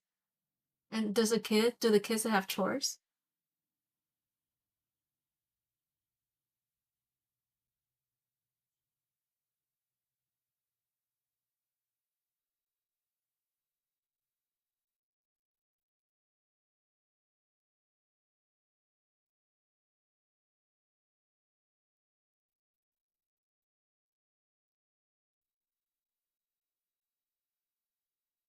Hmm.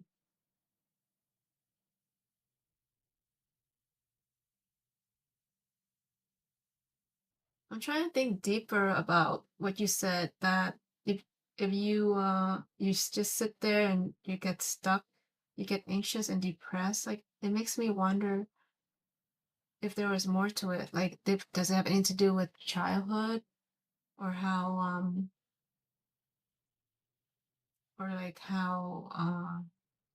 how mom or dad was like hard on you or anything like that?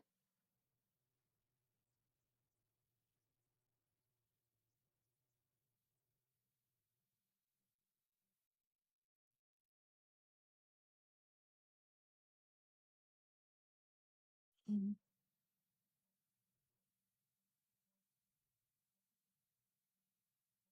Wow.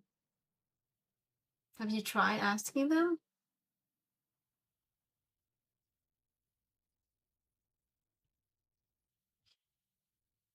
No wonder you're so busy. But then maybe they're thinking that let mom be busy or else she might get depressed. But of course they rather you do something you enjoy. I mean they should.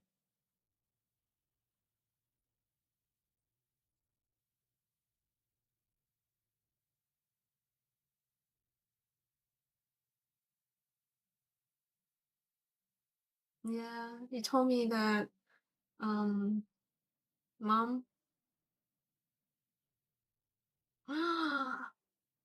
you don't mean that. No.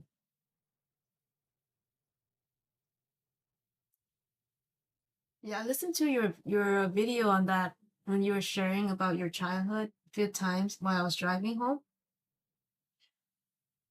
When you said you were talking about but I think you're talking about the lady, mainly the lady, and she taught you she was a good mom, right? Because I got kind of mix it up with your mom versus the lady.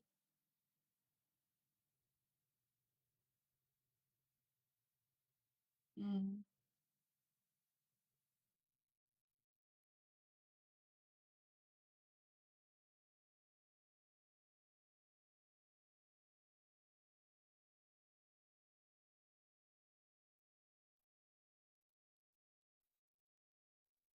Yes, yeah, that one.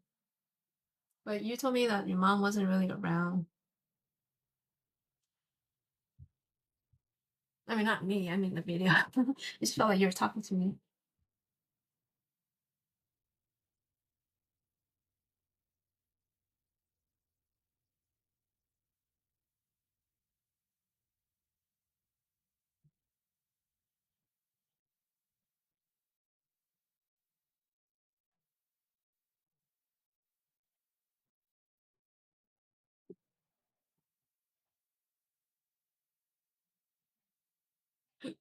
Mm,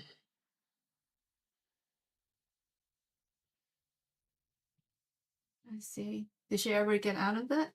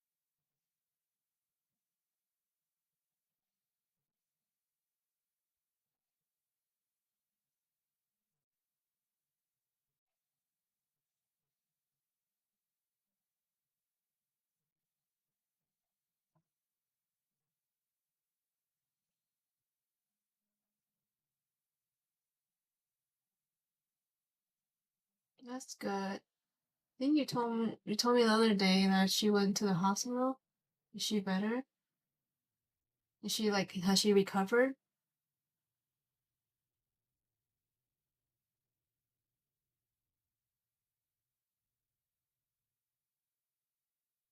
What does that mean? Like she just evolved.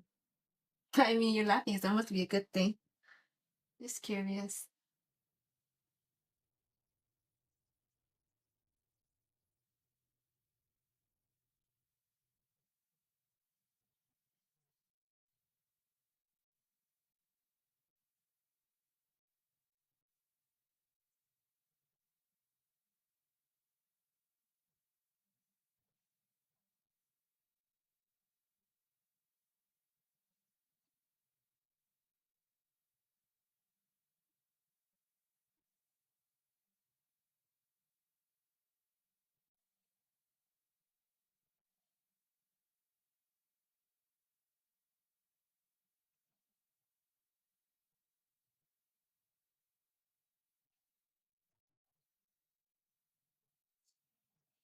Oh, okay.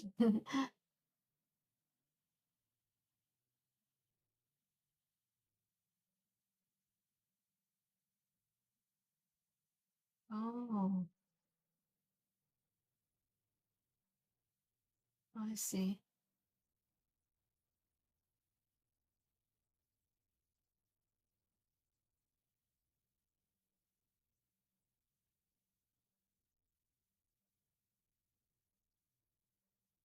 Mm.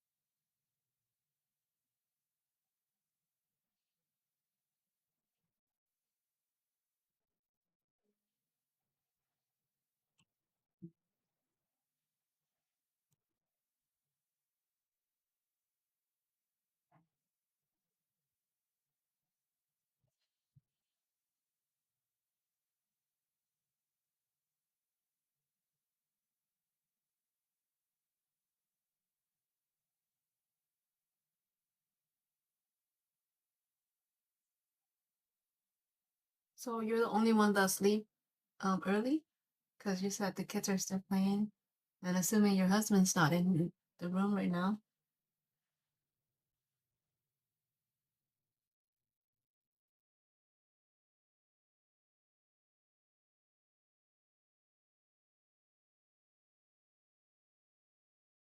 Wow, you were a teen mom. So same husband? Yes. Do you get bored of him?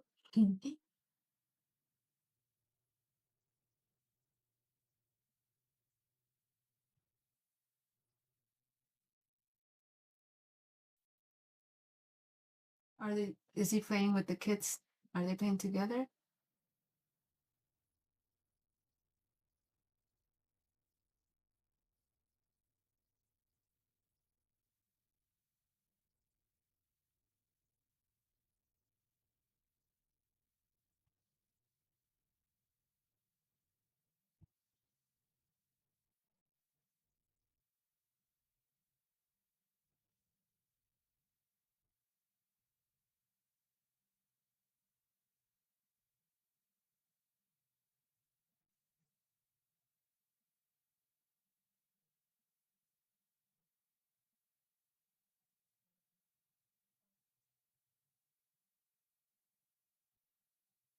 Mm,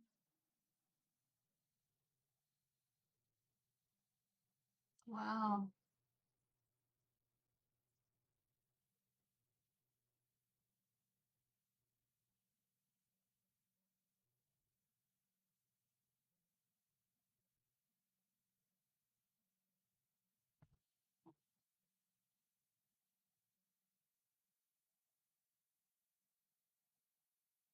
So the kids went with you. I mean, well, with your husband, the first three.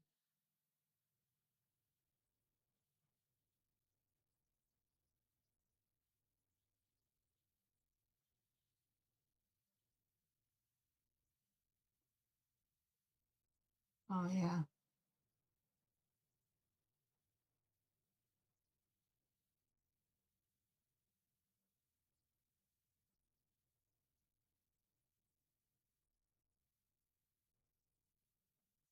true. You meaning like um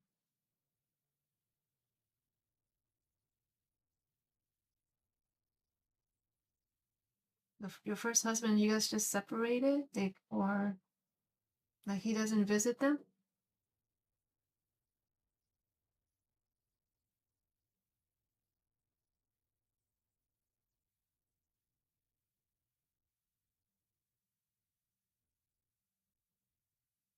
Mm. Yeah,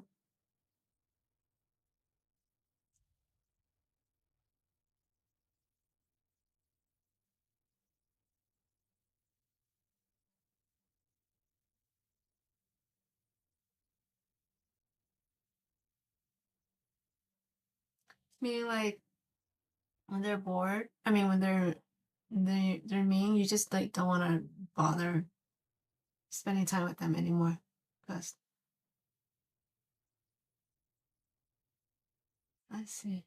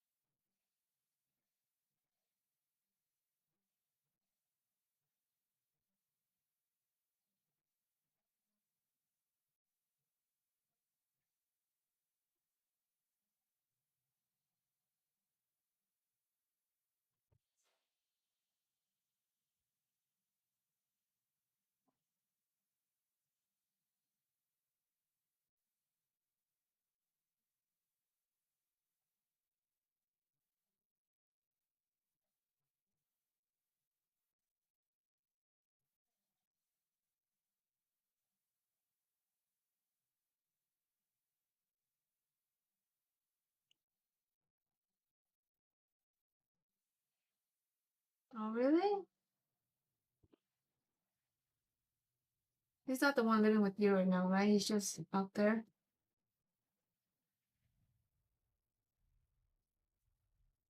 Awesome. That'd be awesome.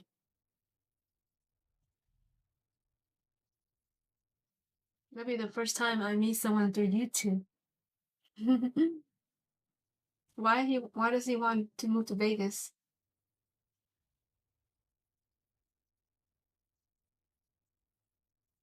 Oh, okay. How do you feel about him moving out?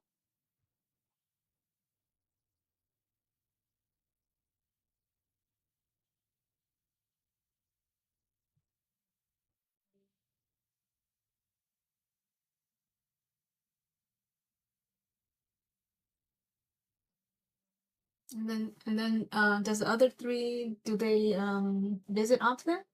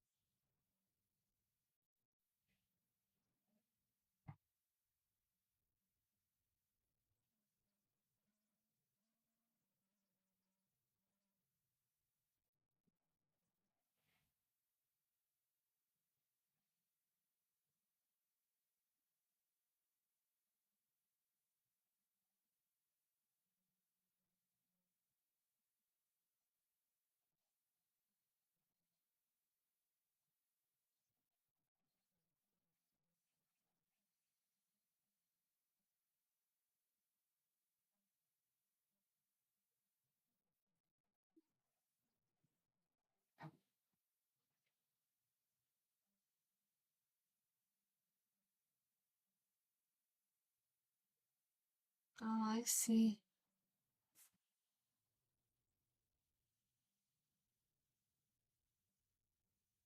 Are they gonna pay for a part of him moving too?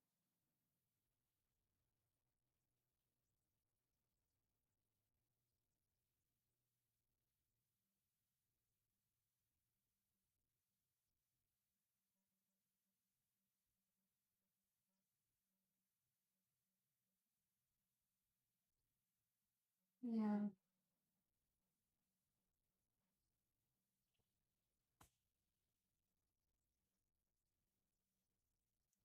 So um, it's like you want the kids to move out, do their thing, but at the same time, it's also nice that they're there.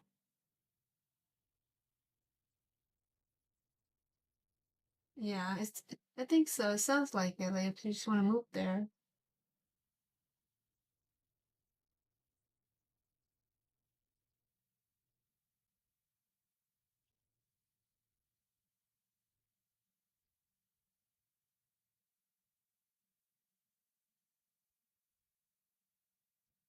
Yeah, it makes sense. Right? Assuming every time he's over there, they're paying for his stay, so might as well just let him move there.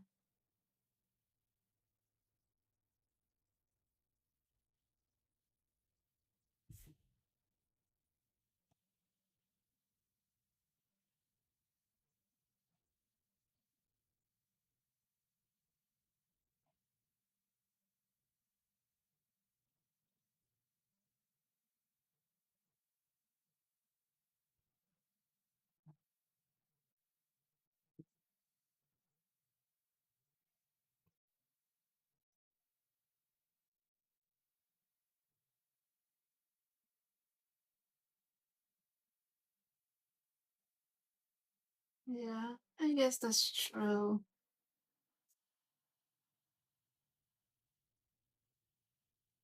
I guess that's true. But I mean, I don't know about the holding back.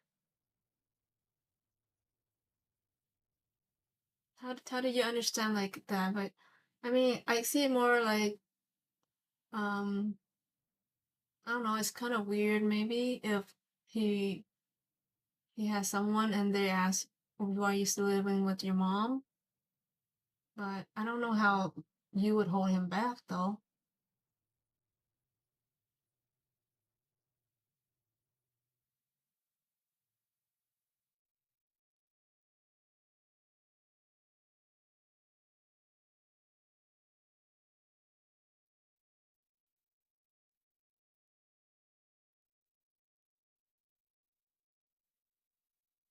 Um, means he loves you. My brother lives with my mom. Takes care of her. Like he cleans and stuff, and she's always complaining though, like, "Oh, I don't want you to stop moving my stuff or stop cleaning, go focus on yourself." But it's like he's trying to show her that he loves her by cleaning the house so that way she doesn't have to do it. But they're always arguing. Always.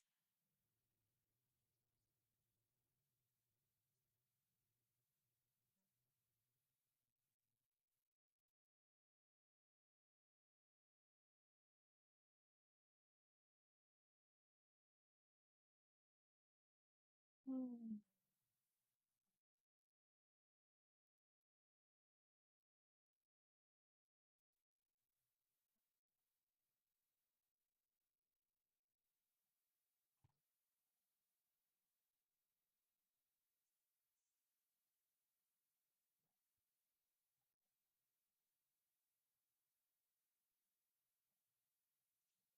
Are you gonna be able to get enough sleep tomorrow? I'm just looking at the time.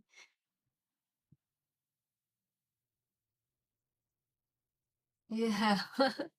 I think it's like deep down we all love each other, but then living together sometimes it's a different thing.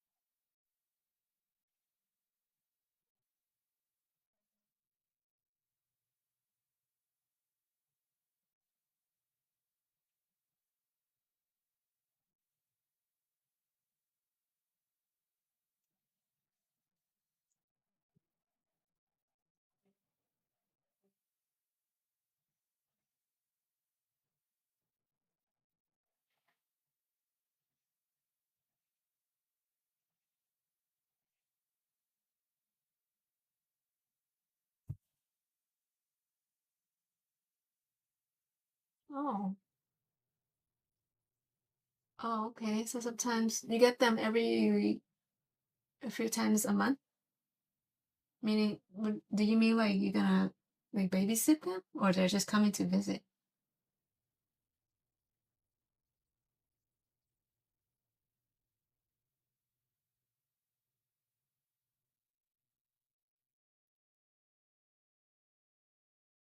That's good. That you should, yeah. Even though you can, but yeah, it's better. You get the right amount of sleep.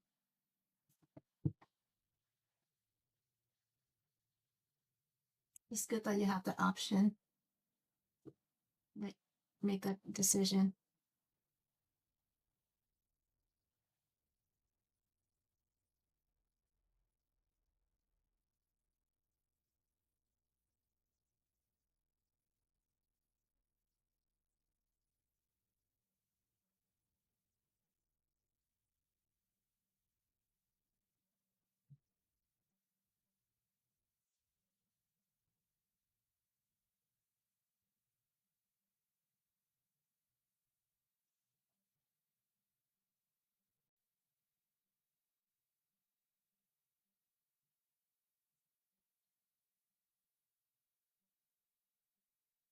Okay.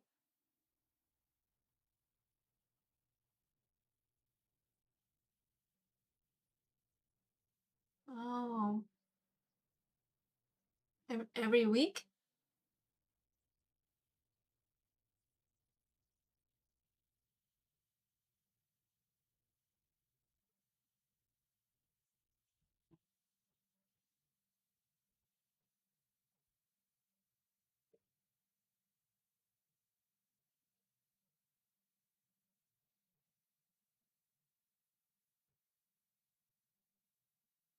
Oh, okay, every day.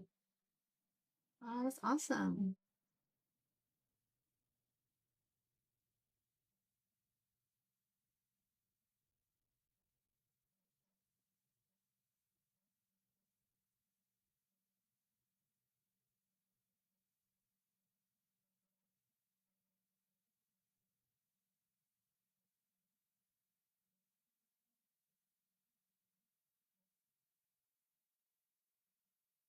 You have a big family.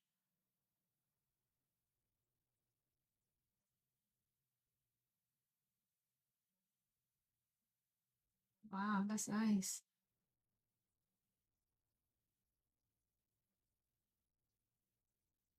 It seems the school year is over sooner, right? Because I remember when I went to college, like it would end in June. Maybe it just depends.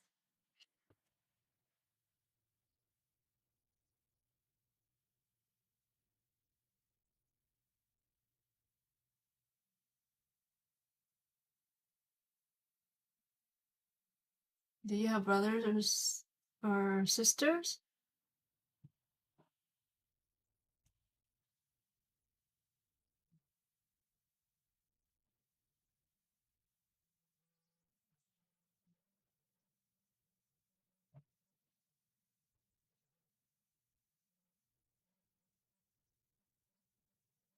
Oh, okay, I see.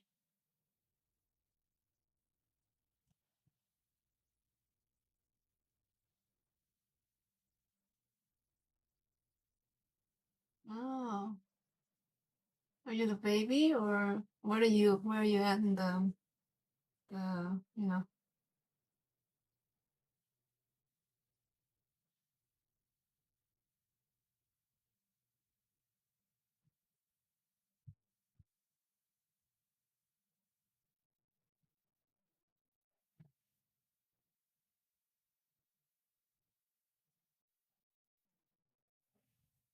Oh,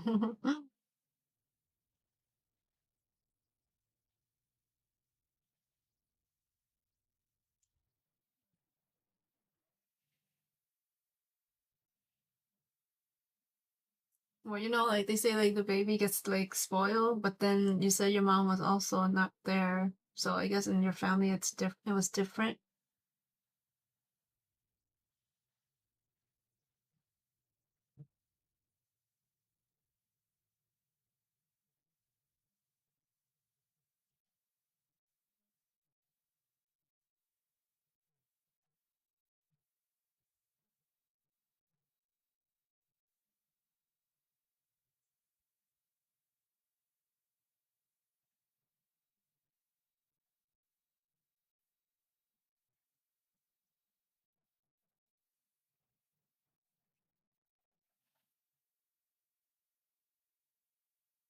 Yeah, I have a Facebook. I go on sometimes just to not too much, but yeah, I still do.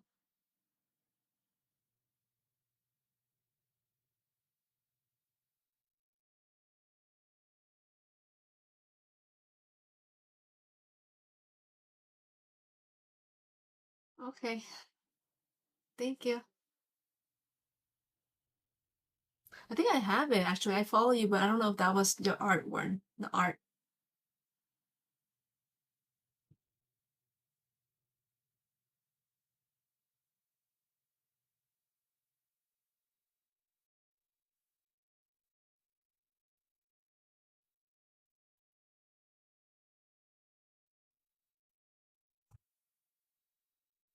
Yeah, I try not to go on social media as much too and postings.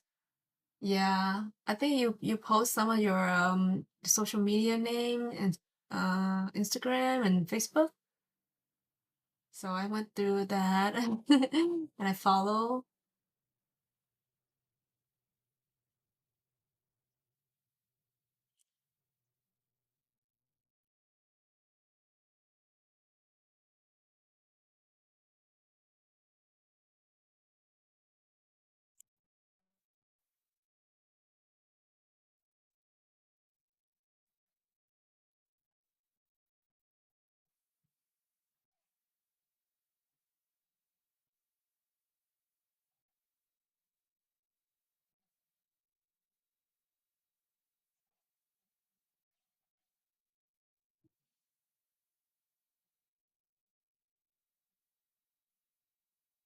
Oh, I think I saw some of your artwork on Facebook. That was a while back.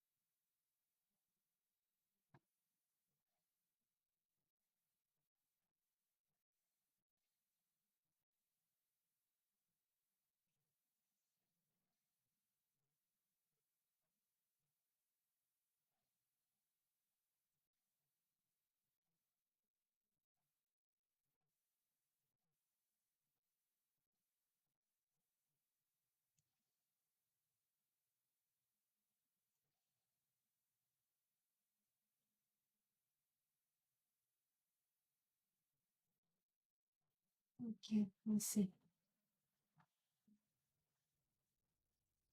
Oh yeah, okay, I got it.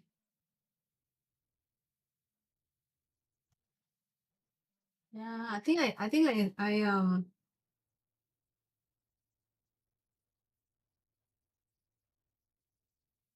I did subscribe.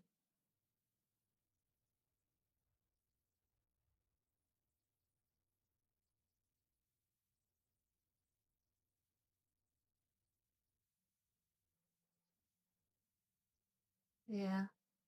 Oh wait, I didn't. Okay. Follow.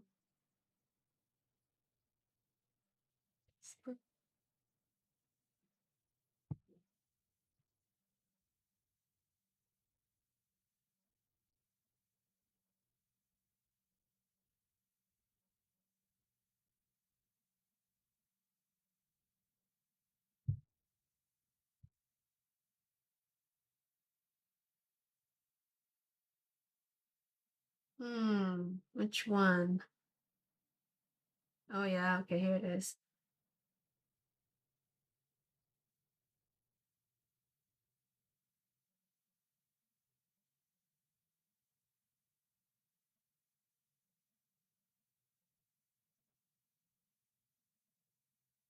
Thank you.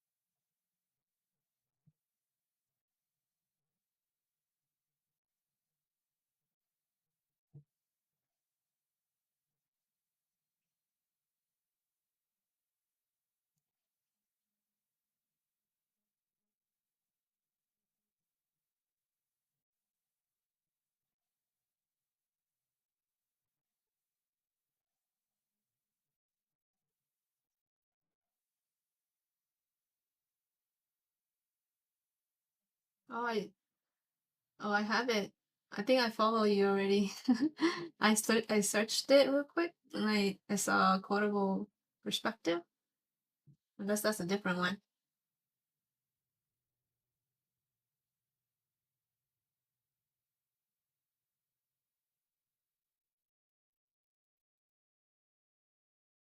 And you even have your art one in here.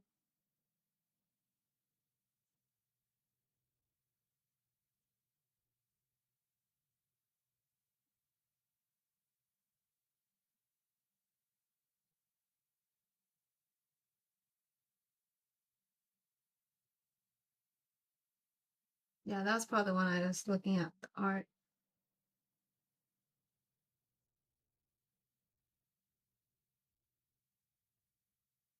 And look at the artwork.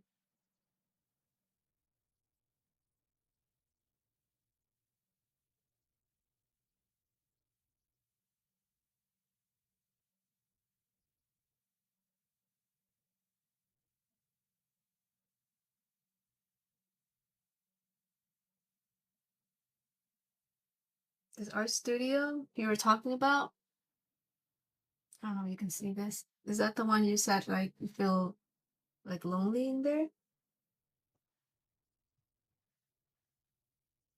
This one? Oh, all right.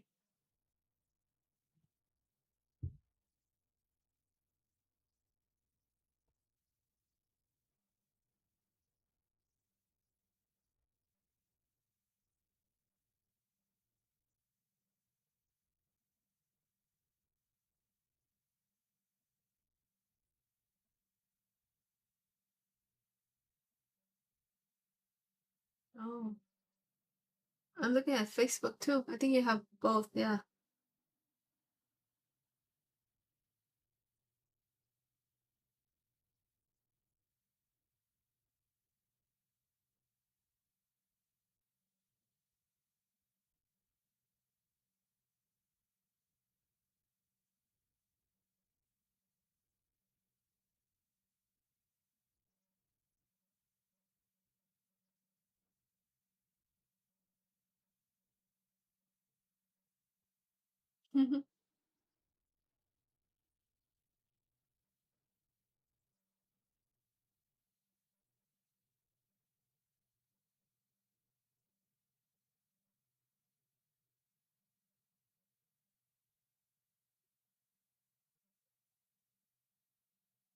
Yeah, feel like he loves art. I think their family are like artists and they're creative. So he's actually more of a creative person.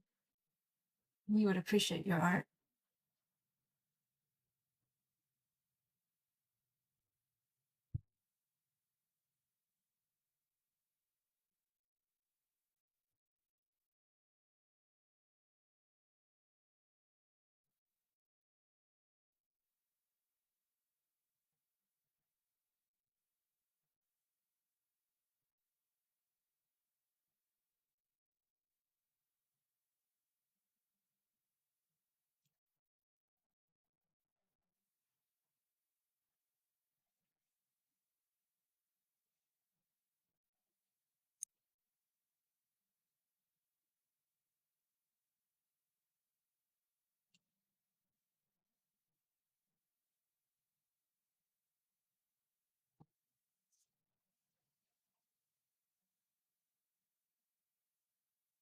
Okay, let me check. I think I got the right year though, because I saw quotable perspective on there too. But let's see.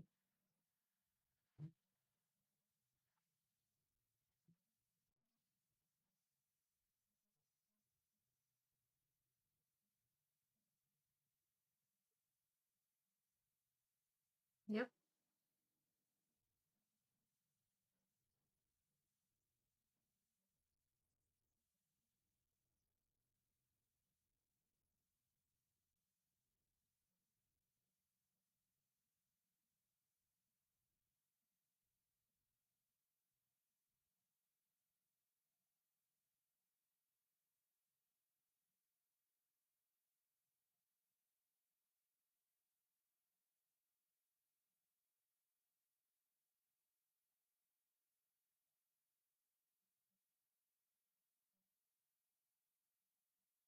Maybe I see your kids in the story or the highlights.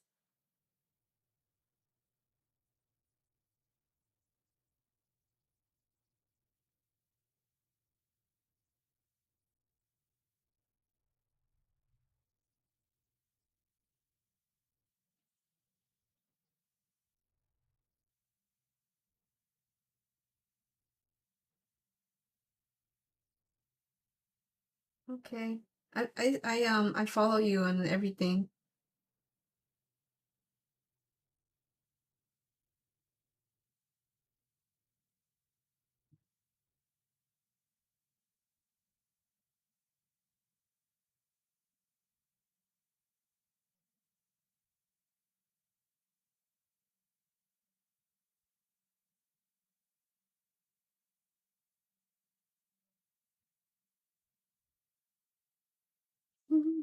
There's a message in 2021 you said don't judge your messy hair.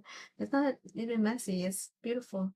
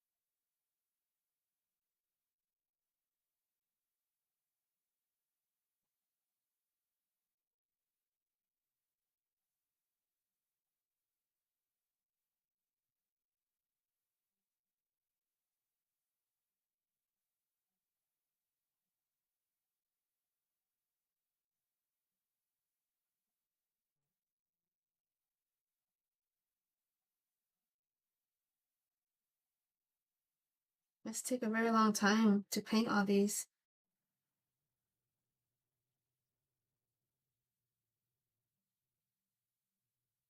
Mhm.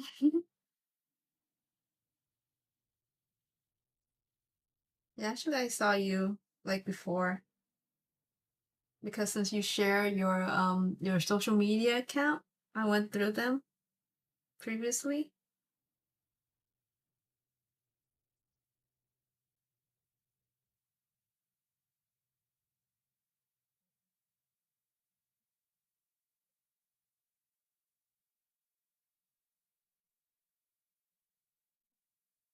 Oh,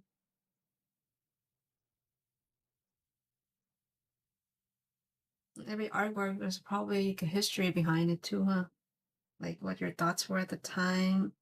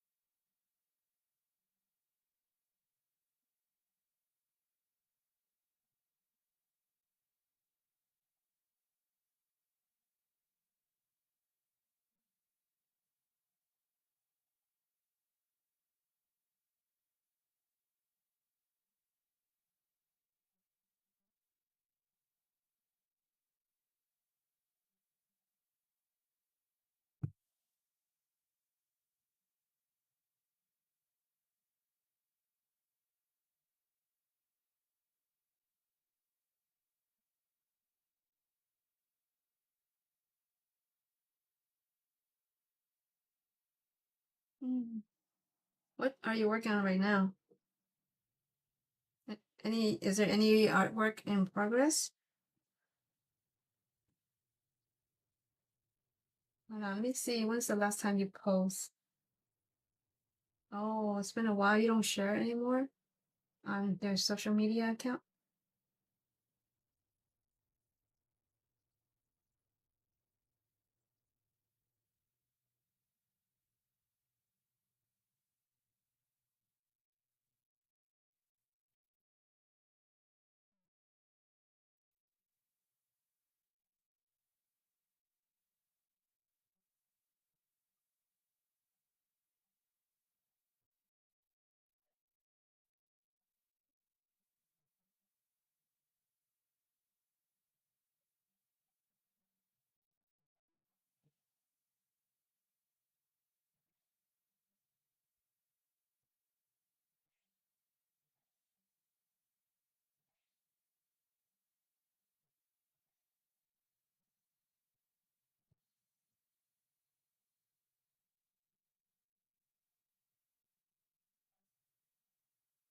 Mm. Where do you put your paintings? Like, are they just up? Do you take a picture of them and then like have them to flip through?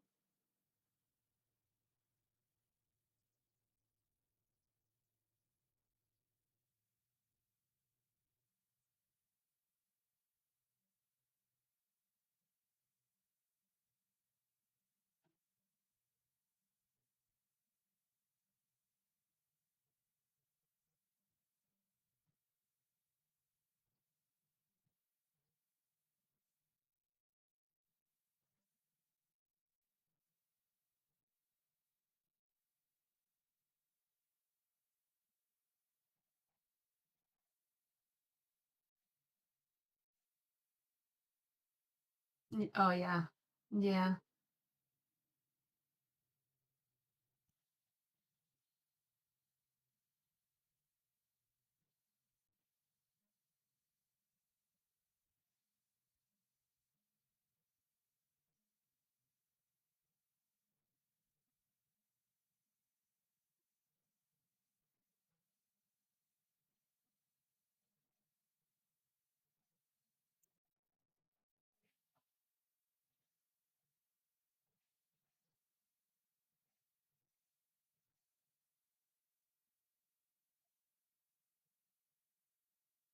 Oh, I see.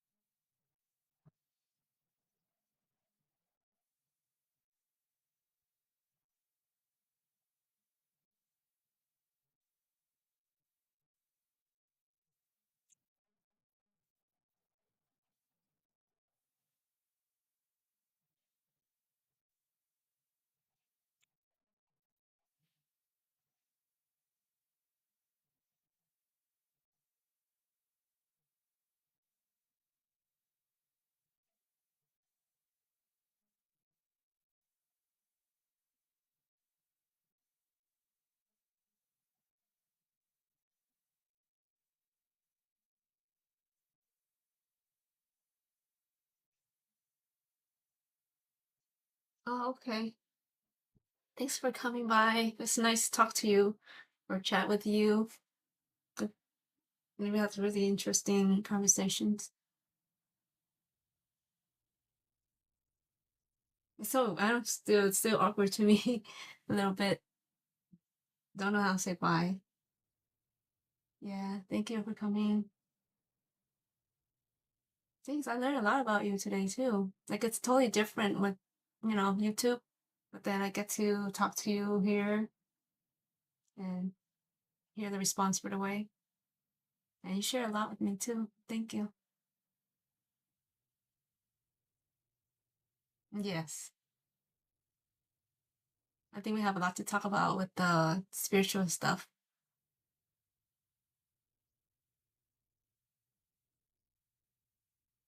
Okay, have a good night.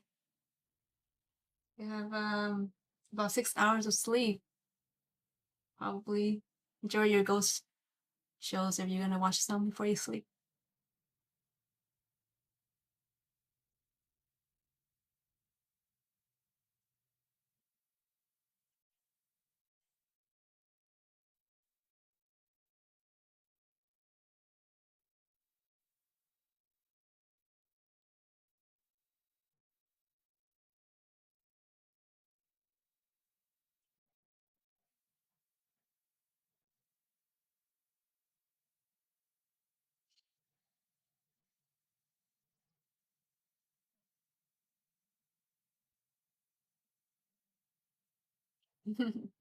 Oh, you tomorrow Saturday, huh? Okay. Sleep well. If I have anything to talk about, I'll email you.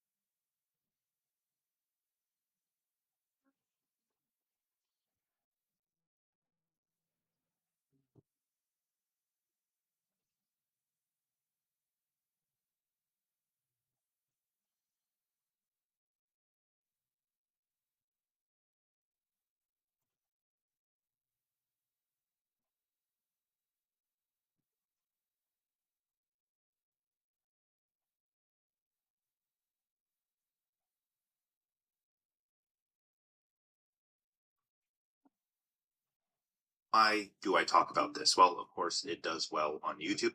I talk about the one person business a lot. Now, why do I talk about this? Well, of course, it does well on YouTube. People like watching it. It's an attention grabbing topic, but it's also just the most logical option for beginners because most people have these dreams of building a startup or a software or an apparel brand or maybe some kind of like pre workout or supplement, but that's not the most beginner friendly. You need some capital to make that work. You need initial cash to invest in the manufacturing, the product, and the development, and all of those kinds of things. And so when people get into that and they start learning about it, they kind of get discouraged because they don't have anywhere to go. They can't do that thing yet. And now you can always go with things like drop shipping, which there's ways to get around that. But I still believe the one person business model that we talk about often, and I'm going to break down in the simplest of terms in this video, is the most logical option for beginners. Because with that, you don't need any money to start.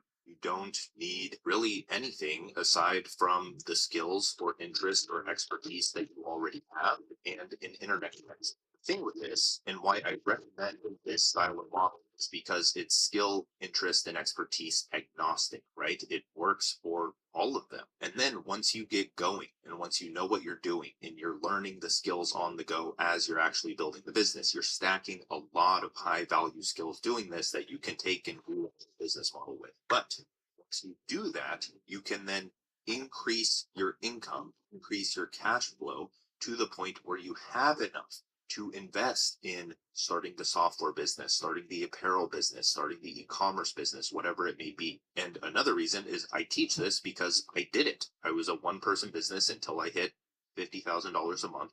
Then I hired on an editor, and he's also my support guy. So technically, I'm still a two-person business under my personal brand. But then Cortex, which we're starting right now, is fueled with a lot of the money that I've, so we don't have to take on VC or investors or any kind of external funding to build it, and we're free to build it how we want. And as I've said in a previous video, Sam Altman, the founder of OpenAI, ChatGPT, he said in an interview one time that he has a group chat with his friends where they're betting on who's going to be the first $1 billion one person business because there are already one person businesses making 1 million, 10 million, and I'm sure there are many others that are making much more than that. And now those numbers are like, holy crap, how are they doing this as one person? And this wasn't possible in the past. This is only possible right now with the things that I'm going to tell you about, which is usually thanks to technology, social media, the internet, being able to connect with anyone, being able to attract an audience to who you are, and being able to distribute a digital product that doesn't take any extra effort or labor or capital to build and distribute. So I'm going to lay this all out for you in what I believe is the simplest, just bare bones, simplest way to start making some kind of money, because that's what most people want.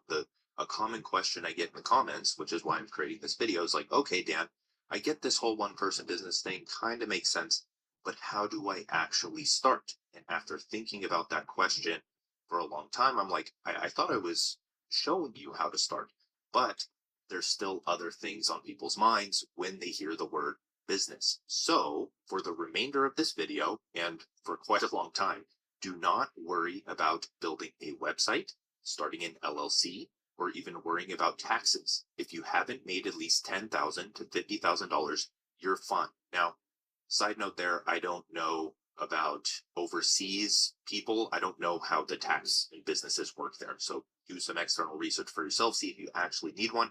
But in the US, you don't need an LLC. You can be taxed as self-employed forever. And when you're making $10,000 to $50,000, that is a lot to you because you're just starting out a business, but the IRS is not going to audit you. That's a minuscule amount to them. So remove those from your mind and let's focus on actually making money first, because that's why you're starting the business. Now, one last thing to preface is that I'm not going to teach you how to start an agency or how to start an e-commerce business. I'm going to teach you the absolute bare bones of how to just turn your skill or interest into some kind of offer so you can start making money. The beauty behind this is that you can pivot and scale as far as you want. If you start with something like an SMMA or drop shipping, you're stuck in that. you're pigeonholed in that. The only option is to either succeed or quit. With what I'm going to show you right now and what I've talked about infinite times before, you can pivot as much as you want. You can change as much as you want.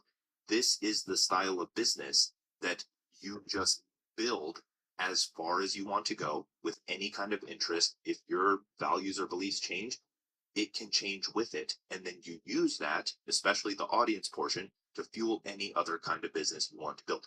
If you want to start an agency, build this kind of business first and then pivot into the agency. And likewise for e-commerce, for software, or whatever it is.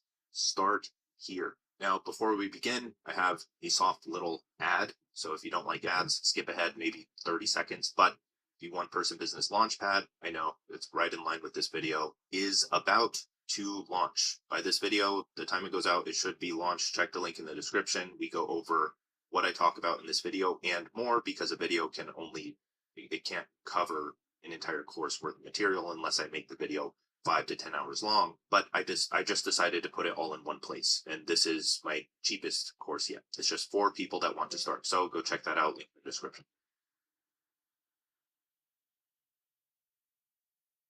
Step one of starting a one-person business is just understanding the digital tool stack that you need to have. A digital tool stack is like software. So if on your phone, if you are into self-improvement and productivity, you probably have a to-do app, you have a notes app, you have other things of that nature. For a business, you need something similar so you can manage the resources, assets, ideas, other things for your business. So let's go over those. And also links to as well.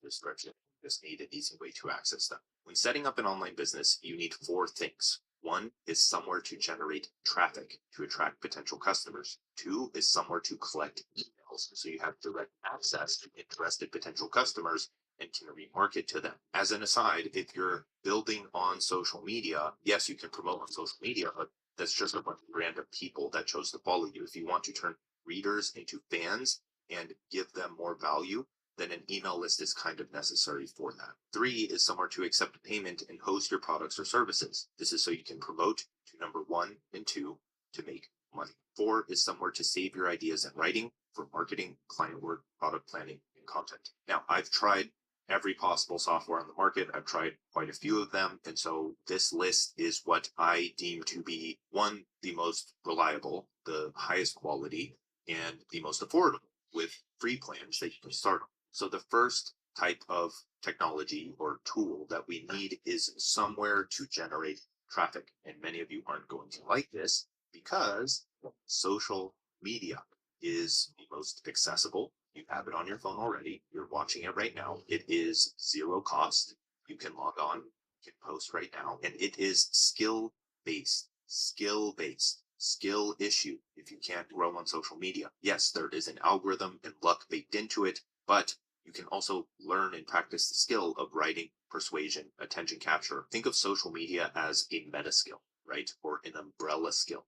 And you acquire that umbrella skill by learning all of the other minor skills that compose of it. So when you break down a social media platform, you have a sharing mechanism, you have an engagement mechanism, you have writing, you have designs, you have videos, you have video editing, you have comments, you have DMs, all of these, communication, social dynamics, persuasion, these all come into play when you're trying to increase the impact of how you approach social media. Another thing, and why I think this is a better strategy than going straight for paid ads, is 1, if you're watching this and you like the idea of the one-person business, you don't have money. You don't have a lot of money to put into paid ads. So it doesn't make sense. You can't test. You're going to blow $100, $500, and then you're not going to have the right angle. You're going to run out of money before the ads even start getting good. You don't have $1,000, $10,000, $50,000 like big companies to pour into paid ads to really test and refine and make it profitable. So on social media, you just write posts every single day. You're testing ideas and angles every single day. Once you do this for 1 year, 2 years, 3 years, you have all of these ideas. You know exactly which ideas get engagement, capture attention, bring in followers, bring in sales. Then you can turn that into a paid ad and you start off on a much better foot. Now, with this whole social media thing, since we are going for the easiest, low cost, and most accessible way, we're going to do it with writing, right? writing on social media. That way, you don't need to learn video editing, you don't need to learn audio editing, and you don't need to learn graphic design. Anyone can write, post, and share an impactful idea. Text your friends every single day. If you have self-improvement with friends, if you don't, get on social media so you can find them. Social media isn't all toxic. There's actually entire niche of self-improvement. You're watching it right now. There's probably people in the comment sections that you can actually make friends with and build a business with. But act as if you were texting or DMing those friends. It's the same exact thing. You just post it online and people follow you. It's like, think of social media as a big internet group chat, but those group chats are different niches, and the self-improvement space, self-improvement umbrellas everything. It umbrellas business, it umbrellas anything valuable. It's not memes, entertainment, influencer stuff like showing off your body, being a fitness model. Even fitness people can just write and give out the education aspect. So with that, you have 3 options for social media, which is X, Threads, or LinkedIn. These all have their pros or cons. Just choose the one that you feel like you resonate with most. LinkedIn has the most professionals on it. It probably has the most money to make on it. Threads is kind of like the Instagram culture. There's trolls here and there, quite a few trolls actually, but it seems like engagement is pretty good right now for beginners to start to grow. But as with all social media platforms, that goes up and down. It's the same thing with X or LinkedIn. Sometimes it's easier to grow, sometimes it's harder to grow. Picking a platform based off of how easy it is to grow isn't a good long-term strategy. So just pick a platform that you like and want to stick with, the one that you log on the most. So we have social media as the first tool in our tool stack. Second, we need somewhere to collect emails, because when you're writing posts, you need somewhere else to lead them so that you can speak directly with those people. You're not speaking like in a public podium or in that public group chat. You're speaking to the people that actually want to buy from you. Your email list is where you demonstrate competency or authority, where you give education, insight based on your skill, interest, or expertise, which we'll talk about. And it's also just a place where you can directly promote your products or services. So if you are kind of fearful of doing that on social media because of the trolls, because of the people that don't like you selling in front of their face, even though they don't get mad at the paid advertisements that are put in front of them, they just get mad when they see you making money. So maybe that's more reason to just piss them off more. But in your newsletter, where you're directly promoting there, that's probably where you're going to make the most money, because that's best done with long form content, where you can demonstrate that competency, where you can show you know what you're talking about, where you can show your value. On social media, is where you capture attention. Newsletter is where you hold and deliver value on the attention. The social media is just a bridge to your newsletter so you can speak directly to them. Now, I'm personally a fan of just pairing a short form platform with a long form platform.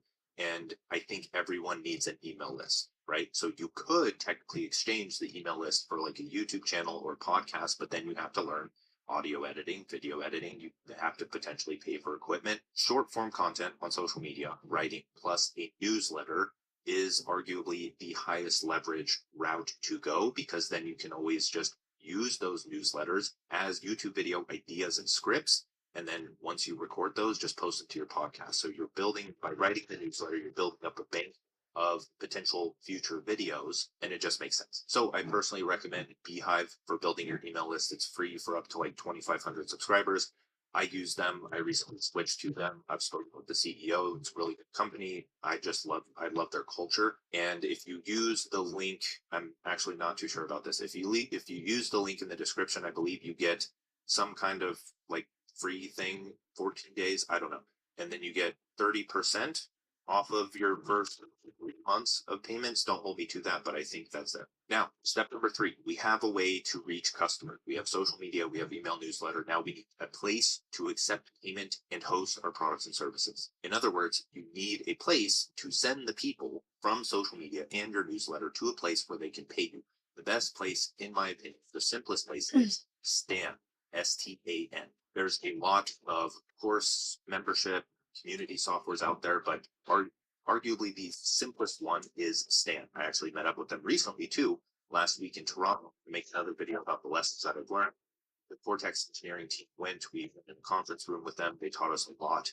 It's incredibly valuable stuff. And they're just a great, solid team with just a good set of values. And they are absolutely incredible with customer support. So if you ever need any help with them, Stan is there to help you with that. And it's just simple. If you go, you log into Stan, you have a few options. You add a product and you can see they have coaching calls, they have courses, they have communities, they have digital product downloads, they have all of these things. It's simple, right? When you know what you want to sell, you just go in, you put it on there, you slap a price tag on it, and you promote it to your social media or your audience or your newsletter, and you worry about the fine details later. Now, the fourth tool in your tool stack is just somewhere to save your ideas, your content, and your marketing, because you can go between all of these different apps and you can write the newsletter in Beehive, you can write the products in Stan, you can write your social posts on social media, but then they're kind of lost after that and disconnected and disjointed. And when you are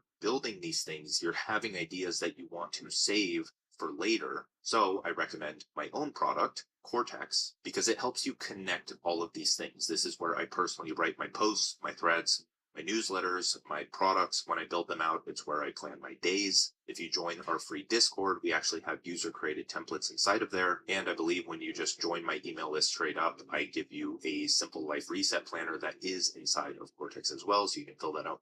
Cortex, to me, I love Notion, but it's a more minimalist version of Notion that is more streamlined and built for writers and creators. So if you want to save all of your ideas in one place, like texting yourself ideas, that's how we built the capture feature. You text yourself ideas, you can connect it to anything, you can reference any kind of information, you can save all of your highlights from Kindle and all of these different things in one place so that it's just easy to keep track of all of that information. And we have the AI synthesis feature going in soon and other AI chat features going in soon. So it can be a chat GPT replacement amongst many other things. And when you're building out a product or service, you're usually giving out worksheets or templates to your customers, right? When you're coaching someone, you're giving them a worksheet to fill out each week. Maybe if you're building a course, you're usually hosting templates alongside of that. So that's what I also build and give out in my courses. Or you can just sell a template straight up in the micro product that we're going to be talking about. So if you create things in Cortex, then you're technically just building a database of intellectual property that you can eventually package up and sell in the future as something like a template. So all of the links to those are in the description. You can use those. And remember, I just want to maintain the frame of this video where a lot of people may feel off about selling coaching, consulting, maybe freelancing or courses or templates or ebooks or whatever it is, digital products that are hyper profitable. Remember that I'm telling you that this is a beginner business model, so you can pivot into a big boy business model in the future. And if you close your mind off to these things because you have some kind of negative connotation with them, although I believe education products are the most impactful products because education is the starting point of everything. You're in this situation you are in right now because of your conditioning, because of your education. The creator is the new school system for all I'm concerned, where people can find people that they resonate with, purchase education from them and learn from them if they have similar goals as them. So just think it through. This is a very good starting point for a lot of people to learn and practice skills with digital products. So the question now is, okay, what do I sell? So that leads into step 2, which is, what are you good at?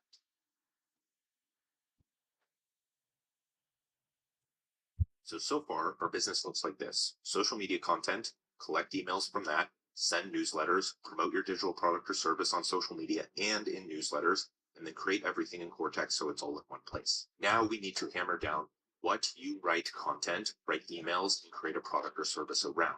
Now, I can't help too much with this, but I can ask questions that hopefully provide clarity so you can make the decision for yourself. If I were to tell you, oh, go sell this exact product, then it would be the same as me telling you to start a social media marketing agency or an e-commerce store in a specific niche, pigeonholing you into that by nature, making you a specialist, closing off your mind, you not really learning anything or feeling like you actually knowing what you're doing and not learning any of the skills that allow you to be independent, do this yourself. So I'm not going to do this. Figure it out for yourself. From these questions, think of one main skill or interest you'd like to build this business around. What are your favorite practical nonfiction books? What do you already do for work, or what have you studied? Are other people doing those things online already? If so, good. What transformation have you made in one domain of your life? If you had to write a paper on one interest right now, what would it be? Be decisive here because you just need a starting point. And yes, to handle the objection of, oh, I've just been studying this in college, or I've just been studying this in my free time online. I don't know if I'm qualified to teach it or also share my ideas on it. It's like, what do you think the people online are doing right now? They're just sharing what they know and what they find valuable so that other people can also find it valuable. I think the disconnect there is that you are paying attention to the gap between you and other people online rather than realizing that they're a human too. And if you were to meet them, they're just a human that decides to speak well to a camera or write in a serious way, side of their uh, intensity, taking things seriously. I think it's unfortunate that people think it's just a bad thing to try hard right now, or it's just a stigma like, oh, you're a try hard, don't try hard. I don't think you get it. The only way to see any kind of success in anything is to be serious and to try hard. Do you think comedians, people who joke all day, just don't try hard? Do you think it just comes naturally to them? Or are they sitting down writing and scrapping jokes every single night? Even something like comedy, you have to take seriously. You have to try hard in order to make it work. The whole chill guy or don't try hard thing that is going on right now will just make you complacent and done. Now, from there, back to the questions that I just asked on uncovering what your skill or interest that you want this out is. I want you to do a few things here because it's going to help with ideas. First is write down 5 authors, creators, Okay, or fine. experts in that skill or interest. 2 Weird. is save 5 quotes or ideas from each of them inside Cortex. You can just connect with Readwise and do this on your Kindle if you want to highlight them, or you can just put them in capture and then you type at and then the author name of the source, and then it's captured and connected to that thing so you can reference it and find it later. And third, study what digital products or physical products they are selling, books, courses, or coaching. If they're selling something like a physical product, let's say a pre-workout, I'm assuming it has some kind of philosophy behind it. If they're selling a pre-workout or supplements, they're also giving out education. They're also probably selling training programs, digital products. They're probably also doing fitness coaching or giving out a template for tracking their nutrition or whatever it may be. We're just trying to get ideas here. Going to throw up a screenshot of a template that I use for this, where I break things down into mentors or the people that I want to study, into topics. I break those down into pain points and content ideas. So that's what I want you to do. I want you to take your main topic of interest, write it down, and then break down 3 to 5 bullet points of real world pain points that topic can solve. And then from there, 3 to 5 content ideas. So if you want the full template and like 9 or 10 more, check out the One Person Business Launchpad. As I said, new course launching. Now, a pro tip here before we move on to the next section is that nobody has original ideas. Absolutely nobody. If you understand how the mind works, how it soaks in information, how it comes up with ideas, you need other ideas in order for another idea to exist. But the thing here is, in writing, in your products, in the ideas that you see in the world, the ones that get the most attention are the most well known. But think of it this way. There's writing that you see online and you're like, wow, that's an original, deep thought. But I can guarantee you they're just combining ideas from sources that you are just not aware of yet. Think about that. True. Now, step 3 is finally micro products and services. So the easiest way to start, in my opinion. We have a way to generate traffic. We have a skill or interest to write about. Now we need to turn that skill or interest into something that people can pay for. There are 2 ways to do that. The first is the micro product. There's a difference between products and services. Product is like a consumable. It's something you can grab or hold or consume. It's not someone helping you do something. A service is something like freelancing, coaching, consulting. There's do it yourself, which is product, and then there's done with you or done for you. So freelancing, agency services, that's done for you. Done with you is something like tutoring or like a boot camp or coaching or consulting, things like that. Now, I want to tell you a quick story to help nail in the point of what a micro product is. So, as I mentioned previously, last week I had a call with the CEO of Stan, the creator store platform. His name is John Hugh, and he got his start on TikTok as a creator. But before that, he worked at Goldman Sachs. Now, as a creator, he decided to talk about career advice because that's something he was good at. Over time, he got the hint from his audience that they wanted his resume, the thing that helped him get the job at Goldman Sachs. So he's like, okay, I'll just throw it up put $10 on it and see how it does. And surprisingly, it did pretty well. So he ended up making $1,000 in a short amount of time. But after talking with the STEM team and them seeing a lot of people do this on their platform, many people have made millions, some have made thousands, some have made hundreds. It really depends on the audience, how much traffic you're generating on social media and newsletter, and then promotion, promoting the micro product or service and how well that does, and you improving based on how well you want it to do. The lesson here is that you probably already have something you can upload to the internet, put a small price tag on, create content around, and build a side income. It's sitting somewhere on your hard drive, in your cortex, or still stuck in your head waiting to be written as a short 10-page ebook or guide. So think about that. That's a micro product. And the thing with the micro product is that in order a lot more people pay for a higher priced service from you that we're going to talk about once they've already invested in it, or don't want to go all in on a high priced product or service. They want to pay something small so that they can trust you and know that you know what you're talking about. And then inside the micro product, just link to the service. So people that go through it, they see that, they click on it, and then they're more likely to buy. So you don't need a micro product per se. It's probably lower priority than the microservice. I would build the service first so you can make money faster. But if you have the time and the idea comes to mind, just build out the micro product really quick so that you can have some other income stream. So moving on to talk about the microservice, and we talked about this previously in the fastest way to start a one-person business. The thumbnail says something like make your first $1,000. Go with a micro offer in there, but in reality, it's a microservice. So what is a microservice? First, the problem is that freelancers, coaches, consultants, or other service providers get everything in place before they start selling. The landing page, the logo, the program system, and teaching's wrong.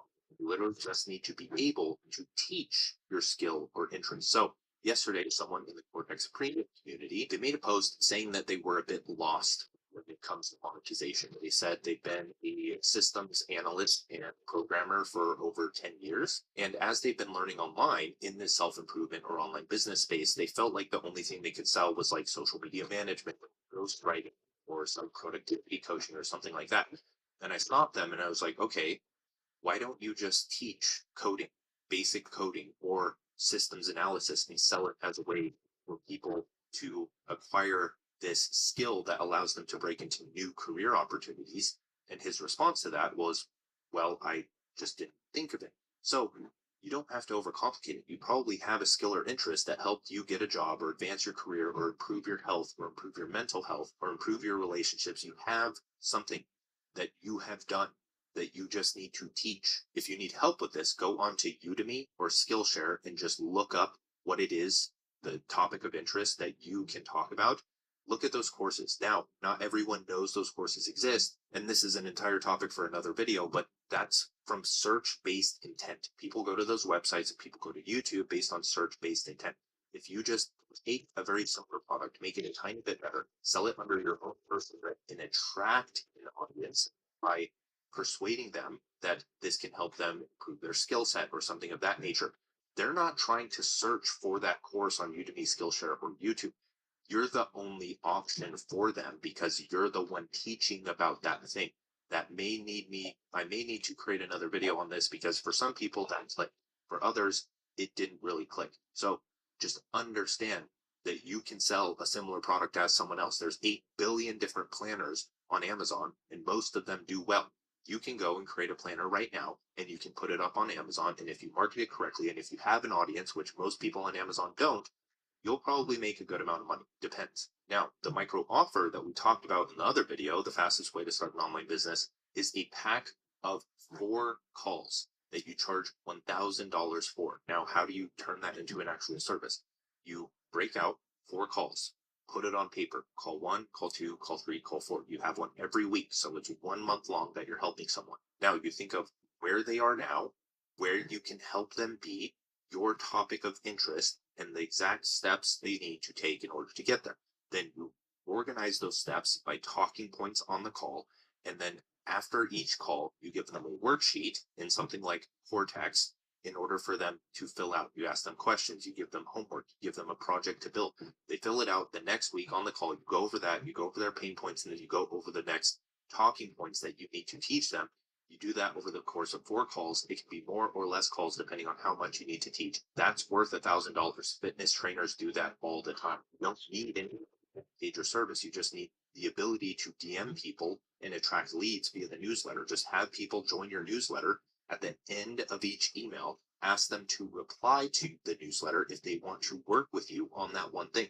Then you talk to them in there, then you send them to the link to your product on Stan, and they potentially purchase it, and you go from there. And all you need is 5 people. Or you can do the same thing on social media. You write a social media post, then you add a comment, and you say, if you want help with this, DM me. And then you go through that. Yes, you're going to have to filter through some people. Yes, it's going to take a decent amount of time, but you only need to land 5 people, $5,000. If you DM or message 100 to 200 people a month, 5 people isn't that much. And yes, it's motivating because you're only landing 5 people out of 100 to 200, but that's just how business is. It's called conversion rate. Once you build an audience and don't have to do it manually in the DMs and people just buy from your promotions, then you're in a better spot. That's why you build an audience on social media and your newsletter. And no, you don't need a large audience to do this. The last thing here, and the reason I recommend 4 calls is because 1, it costs, you can charge $750 to $1,000. With that, that's a decent chunk of change, right? If people are paying for that, then you know if you turn it into something, a more fleshed out coaching program or whatever, digital product or even software, right? My 2-hour writer course turned into Cortex. It's just a good way of validating whether or not you want your product or service, and you haven't built anything out. You haven't invested time into building a website, a landing page, all of this other stuff before you know if it works or not. The question now is, okay, I have my topic of interest, I have my digital tool stack, I have my micro product or service, but how do I attract people so that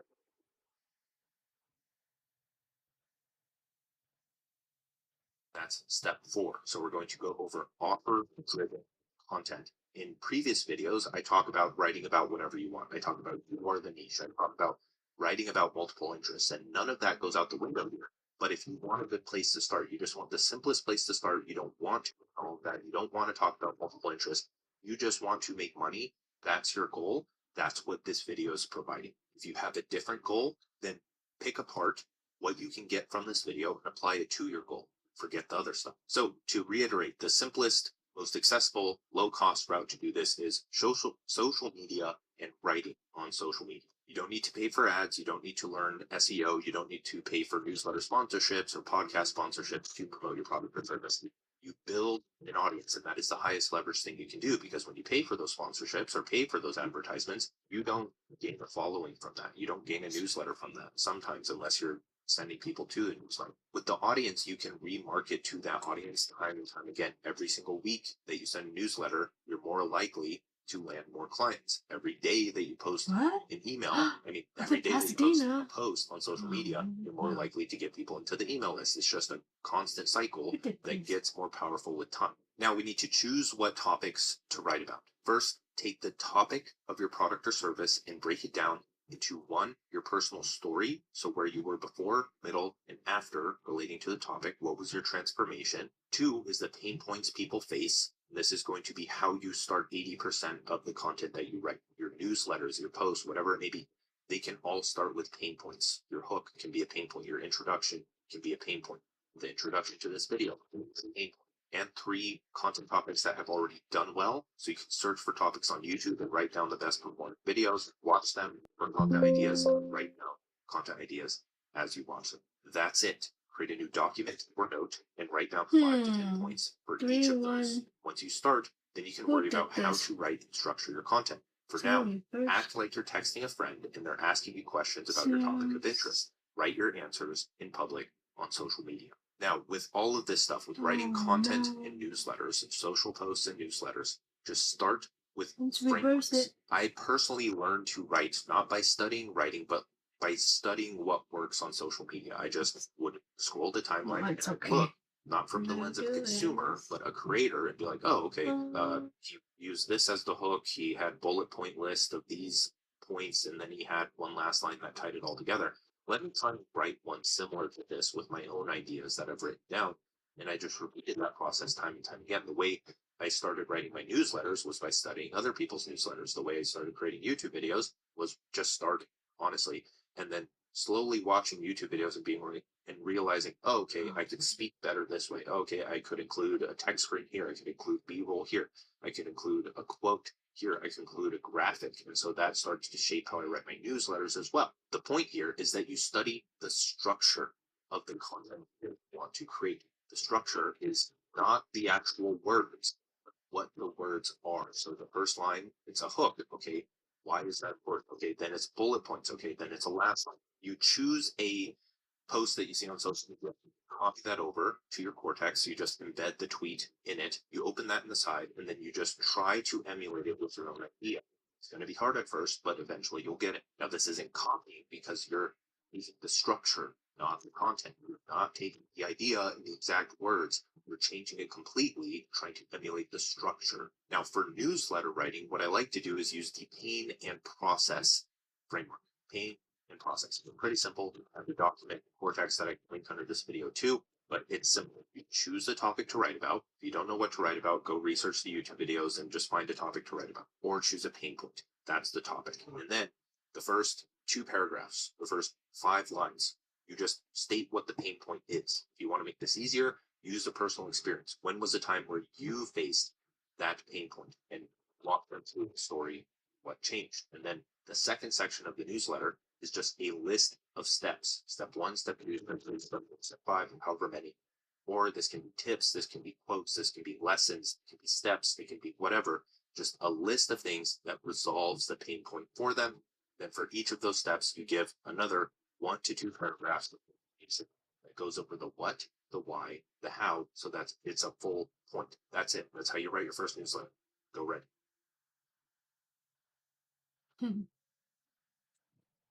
Step 5.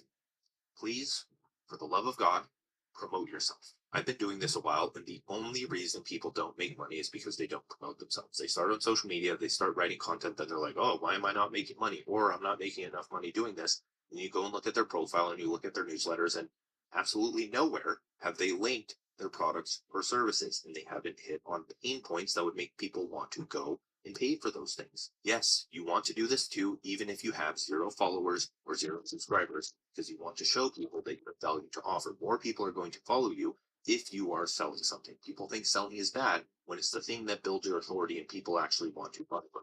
People that think selling is bad, ignore them.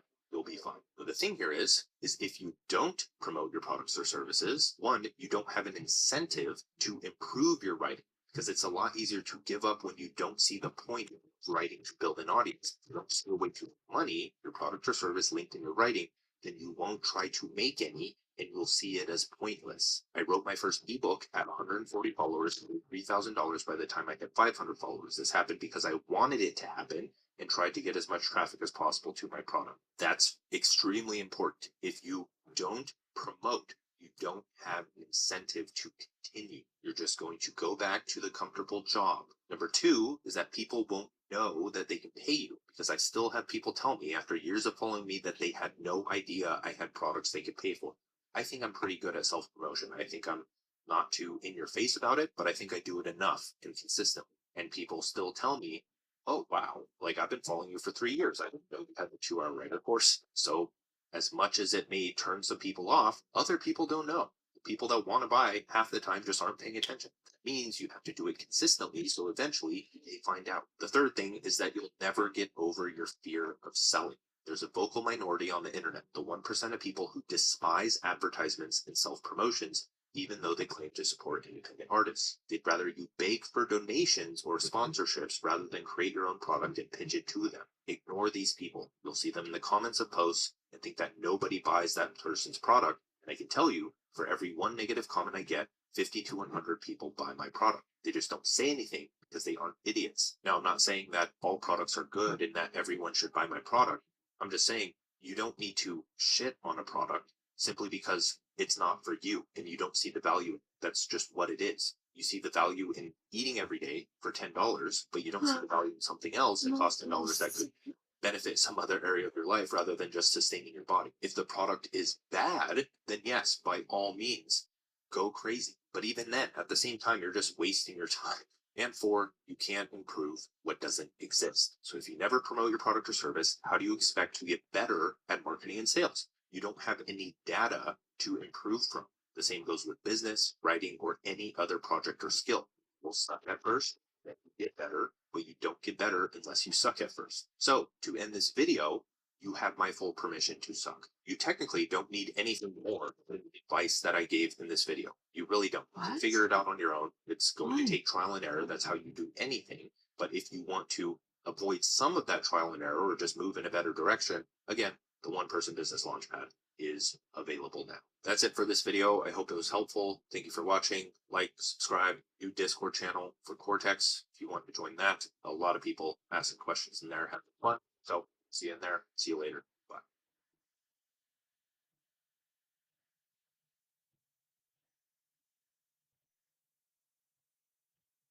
Block out 1 hour a day, work on one meaningful project, aim for one vision for your future.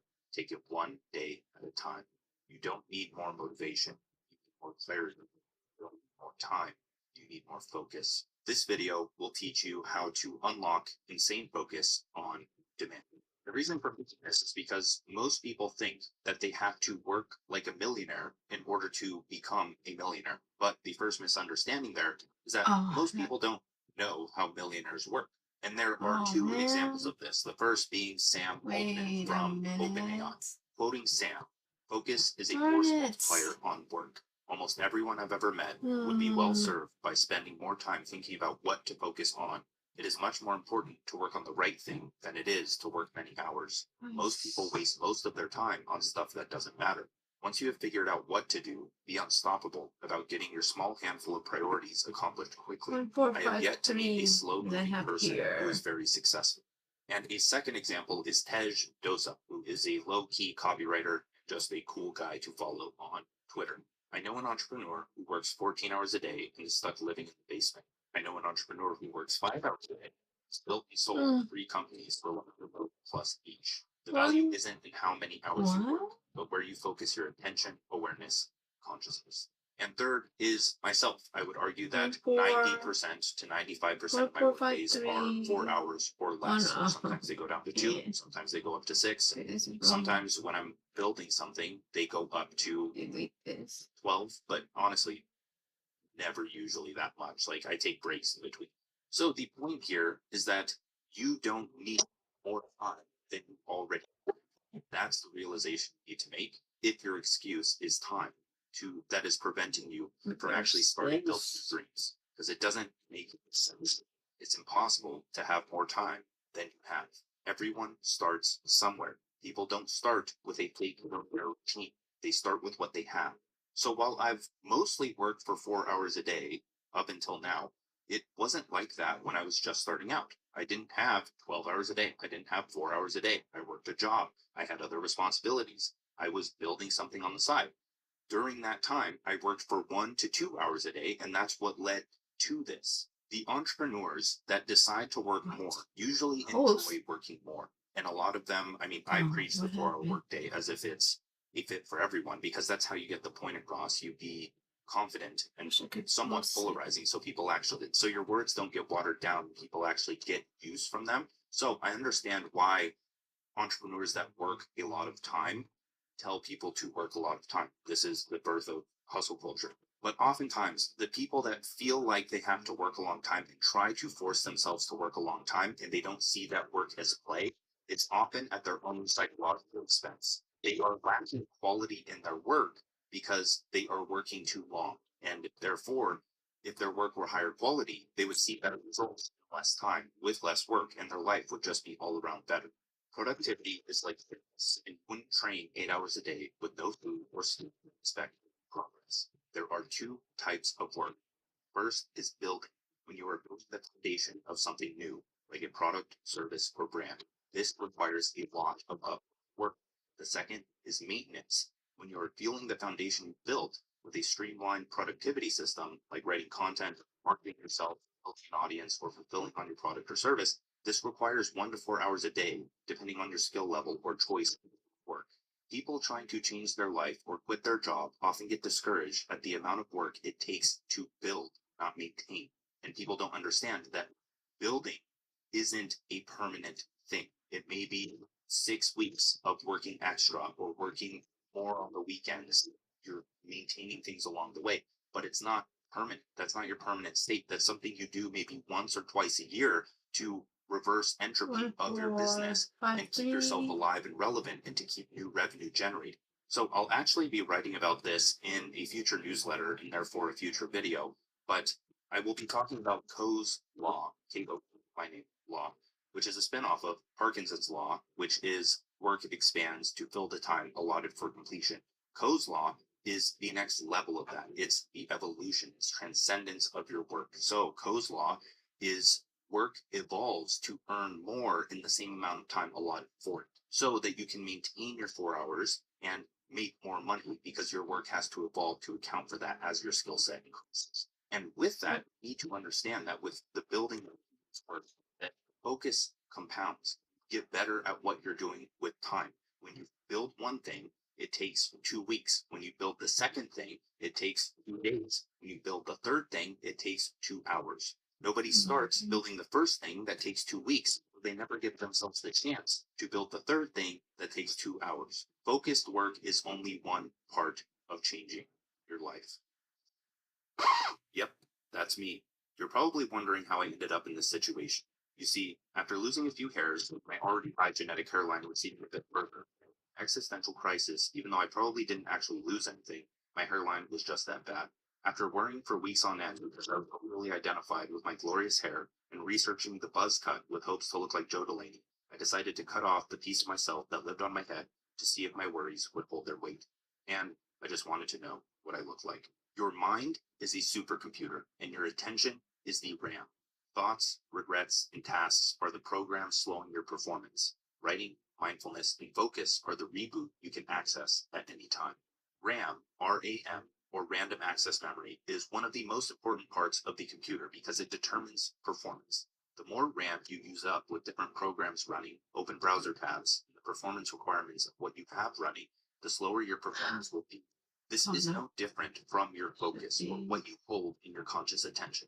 Humans can process 50 bits of information per second, which adds up to around, this is approximate, 125 billion bits in their lifetime. I talk about all of this in my book, The Art of Focus, which is a philosophy for working less, earning more, and enjoying life. Focus is only one part of it, and focus is so much more than just deep work. There's one chapter on deep work in the book. The rest is the holistic philosophy of living a better life, doing what you want, creating your own career, not being assigned one, and just doing the things you've always wanted to do and how to navigate that and build that mental strength and emotional resilience. Most people live with multiple high demand programs running that are draining the limited creative energy they have.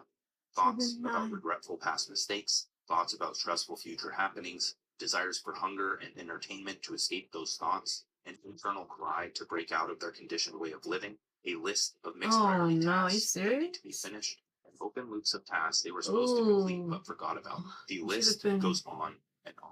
The modern mind has its attention split in infinite directions by default. We go about our lives stressed out in near sickness rather than living with singular focus. What I mean by singular focus is it's like a funnel, it's like a cone where your mind is open to your vision for your ideal future and it is focused on the present steps that you are taking to get there. And along the way, the clarity that you have to create and maintain to prevent your mind from declining into chaos are the goals, the skills, the education, awareness that you gain along that path. And you can't expect to know everything along that path. That's why it's open to the future, having faith and trust in your ability and taking action on a daily basis to get there. If you understand entropy, you understand that by doing nothing with your life, you choose to slowly drown in chaos. You don't stay the same. You dig yourself deeper into a hole without trying. The good life demands consistent effort toward your own goals. Entropy is the supreme law of the universe, and without getting too complicated, entropy is that everything tends toward disorder or chaos, or everything falls apart with time. Everything around you, the building you're in, your skin, your hair, the food in your fridge, the invoice, cleanliness of your bed, the invoice. cleanliness of your room, it's all going toward chaos. As you put focus and effort into solving the problems that lead to it being better or it being maintained. Now, entropy is the driving force of evolution since everything tends toward, let's say, death, we are aware of that, and out of fear, we are pushing towards something related to immortality or youth extension, and problem solving is the way we do that, right? If things didn't tend toward disorder, we would not be in the situation we are today. We wouldn't have any motivation to do anything. We wouldn't have a reason to be here. We wouldn't have a purpose. Our purpose is to solve the problems that lead to the dissolution of barriers in our own minds so that we can pass those lessons down, solve problems in other people's lives to remove the limits from their minds. That's what a problem is. It is a limit on your mind and potential. And once it is solved, you increase your level of mind or level of consciousness so that you can navigate the world better and lead to a better humanity. And if this is done on an individual level across the globe by, let's say, one vessel to do this is the personal brand, the creator economy, writing, putting your word out there to help other people sell a product so you earn a meaningful income, like I always talk about, by solving your own problems and selling the solution, which we'll talk about in the next video. That's what I mean. Entropy is important.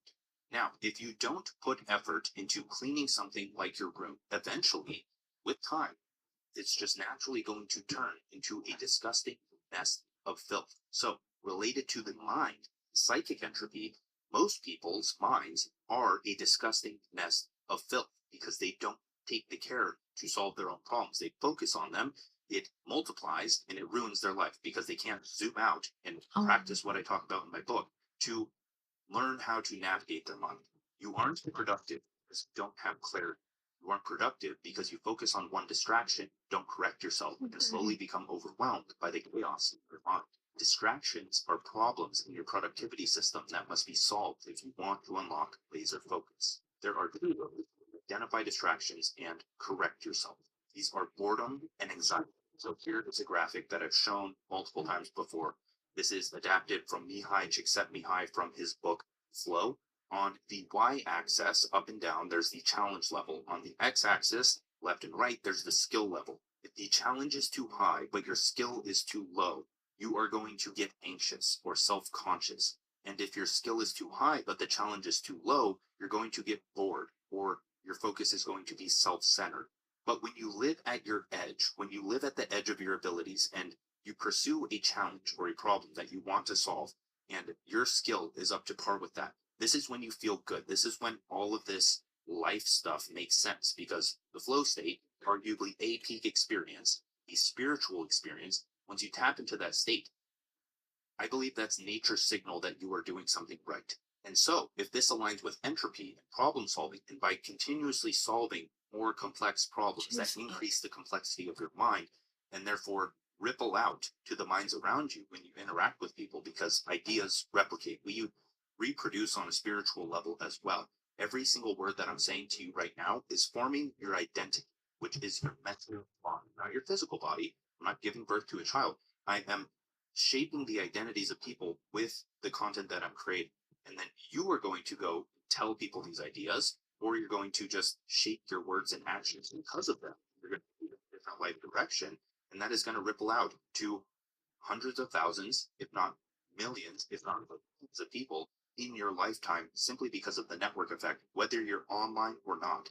If you are online and you're able to reach more people, then that number multiplies even more. So your actions matter, and being in the flow state to lead evolution, it matters. So the balance between boredom and anxiety. Let's make sense of boredom, how to notice if you're in this state. The boredom stems from self-centeredness. Your focus breaks, and your desire pops into your head, and related thoughts start to fill your attention.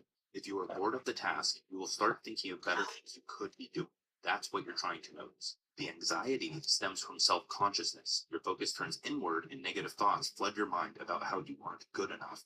If you look in the mirror and spot a pimple or hair that is going to be on your mind for the rest of the day, it will impact every other area of your life. The RAM of your mental supercomputer will be consumed by rogue programs until your members as a whole. Chaos induced by boredom and anxiety can only be cured by clarity. When you have the skill and knowledge that matches the challenge of a task, life becomes a video game of quests that you love to play. Now, let's create your own productivity system under the philosophy of the 4-hour workday, which we will expand on in a few videos from now. And we have already talked about in multiple videos. Humans are meaning stories. Humans love playing games. Why? Because they present a clear hierarchy of goals that our mind can adopt as an indistractable frame. They follow the curiosity, intensity, consistency cycle of the universe. First, you're lost. Then you're curious. Then you're obsessed. That is a consistent part of your life with little extra effort. Most people get lost, focus on distractions, and never put effort into a goal, even if they don't see it. To reverse the hole they're digging themselves into, understand that nothing is perfect. There are bad lyrics of a good song. There are ugly pixels of a beautiful image. There are low stocks in a high mutual fund. It's like a story. Life is story. Life is song. Life is a unique verse. One song. The universe is one song playing, and it's harmonious. There are highs, there are lows, but it is perfect. It is absolutely perfect. When you single something out, that is not going to be perfect. You having the perspective of reality or life or the universe is what makes life perfect. But when you focus in on something that's just a figment of consciousness or just an idea that we have labeled in our minds, then that's when imperfection starts to come into play. Because in a story, there are lows, there's climaxes, there's death, there's decay, there's growth. We find most interest in the lows. We find most interest in the drama. But when it happens in our own lives, we hate it. Why?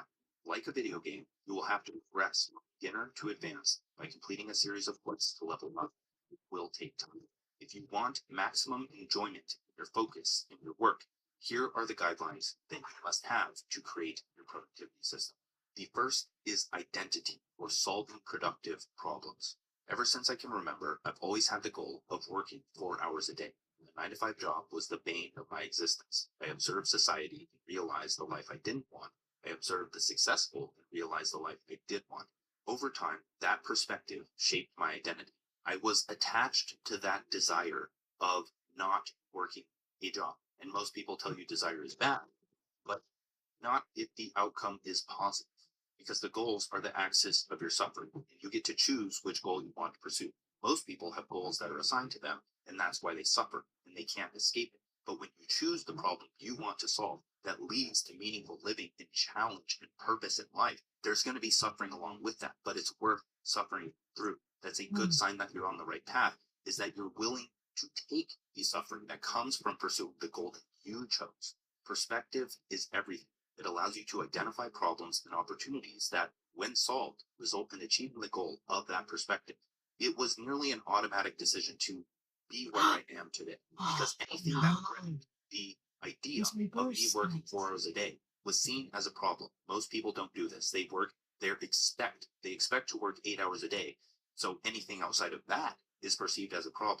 Like, oh, after work, 30 minutes extra today, that sucks. I'm anxious. I'm bored. Like, I don't want to do this right now. I'm overwhelmed. For me, that happens at 4 hours. But the thing is that I'm allowed to create that lifestyle because I chose a vessel that you go with time. I worked a job as well, but you choose a vessel that allows you to control and create your own lifestyle over time. So if you don't have that, that's step one. That becomes your identity. Is one, the job is the problem, and you're going to have to work at it until you can get out of it. So by me wanting to work 4 hours a day, that's what led to me doing freelance work, me understanding the power of social media. People don't realize its power now because they don't have the identity that isn't an employee mindset. So identity is the first thing to keep in mind, but the second thing you need is a project, which we talked about in the last video on how to learn any high value skill fast so you can finally change your life. Your identity is shaped by your vision for the future. Your vision is the all-encompassing goal that you are pursuing in your life. It is at the top of your hierarchy, under it. So now you need a project, a tangible project. I keep repeating this because you need a fucking project to work on in the first 1 to 2 hours of your day. Create a project, please, for the love of God, because you need something to build that will result in your ideal future. If you aren't building your future, then that future isn't going to be built. Does that make sense? And you also need something that exposes you to problems to solve. Because if you aren't building something, then the only problem that you're encountering are the ones that your mind fabricates. And lastly, you need clarity for your work. So you have a place to anchor your attention so it doesn't go to the negative thoughts and fabricate problems. And If you watch the last video, you understand that building a project and teaching as you build is the best way to learn something. Studying and getting track of tutorial help is not learning something. Learning comes from struggle, not memorization. It's a principle in my book. So step one is to create an outline. Brain dump everything you know that you can build the project. You will add to this outline as you build. Number two is to create milestones. Oh, why is there So two of break the these? project down into manageable goals. You can achieve 1 4-hour work sessions depending on your current responsibilities. Now, understand this, your vision or your project as well. Your project falls under your vision. Continue building projects until you reach that vision. Your project isn't going to be perfect. You need a minimum viable product, business. You need a minimum viable vision in life. You need a minimum viable project in everything. You just get something out on paper. It doesn't have to be ready for you to start building. You build it so you can identify what's not in it. We're building Cortex right now, the second brain software, and we've changed it completely from what it was originally planned to be. How do you think we figured out how it's going to be better? By building the bad version first so you can improve it. You can't improve something that doesn't exist. So what should your project be? I have no fucking clue. I can't tell you that. Stop outsourcing your critical thinking and just life to someone on there. But what I can tell you is that it should probably be a business, as that's the vessel for your purpose. It is the catalyst for the good life that breaks you out of robotic living. Entrepreneurship is modern survival, and your psyche is wired to hunt. You aren't meant to be a monkey in a cubicle. Along with that, and just the other domains of your life are the projects in your life, your health, your relationships. Now, the third guideline for focused work or the 4-hour workday is deadlines, which are the procrastinator's edge. You aren't productive because you aren't productive. Another point for building an internet business on social media, the flow state requirement of challenges and deadlines is baked in. When I set a launch or a lead magnet or a product or something that I'm going to do, I better finish it before that date because people are expecting it and people probably pay for a pre-order. One important thing here, procrastination isn't bad. It's human nature. Most successful entrepreneurs are lazy. They wait till the last minute to get work done. But during that last minute, they enter the most enjoyable season of their lives. Their mind becomes a magnet for ideas. Their best work happens in this period of obsession intensity. They don't have a choice but to get it done because their survival is at stake. Now, on to time blocks and breaks. Focus is a muscle, and success is reserved for those who train it. Identity, vision, projects, and deadlines all narrow your attention on the present moment, from the big picture to microscopic action. Time blocks take that a step further, narrowing your attention and making it easy to get into flow. So what I would recommend you do is just set a timer on your phone for 45 to 90 minutes. Start with 45, you can start with 5, you can start with 10, start with whatever, start with something. Because like building a muscle in the gym, it's going to take time for your focus to actually grow. After that timer goes off, take a break, go on a walk, engage active rest. Rest your mind, don't think about work, or set an intention for your next work log. And allow your subconscious mind to munch on potential ideas as you're on your walk, as you're cooking food, as you're doing something. Just get up, get out of your chair, stop burning your eyes with blue light, just enjoy yourself. It's like a rest between sets at the gym. You're not gonna, you can't keep benching until once you hit failure. You can't go past failure. Like if you actually get failure, because most people train like that. Now, the next after time blocks is leverage. So doing the right things. I'm going to save you a lot of pain. Choose a career that allows for a 4-hour workday. Start a one-person business, become a value creator, use the internet to do what you love. Learn the skills that allow for this. Evolution is the process of solving problems that reverse entropy. Labor work and long work days are a massive problem. People hate it. So, social media, the internet, and artificial intelligence were born. AI will solve the problem of work potentially in this lifetime, especially if we solve the problem of aging. What I'm saying here is that you are better off banking on the creative ability of your mind than you are going into a labor work job. If you want quick cash, then yes, that is actually a very good option right now.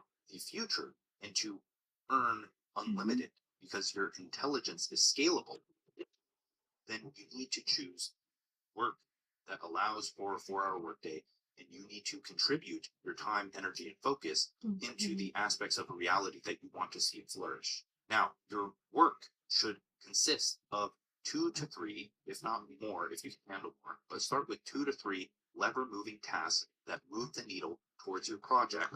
In the project, All right, so now I towards your have vision for the future. AT&T. Some people can handle more tasks, some people can handle less. There are actually 9 priority tasks spots in my planner, the foci planner, which I wrote it this morning. I just wrote out my tasks and I write my notes for the day at the top as I'm sitting here at work. Now, the next thing is routine or becoming efficient. You have a routine, even if your routine is no routine. And I discuss this in depth in my video, The Daily Routine That Changed My Life, 4 Habits That Most People Ignore. Routines are how you condition your mind to run on new systems. Okay, If you I'm want gonna to go sleep now. solidify a Night. new identity, you must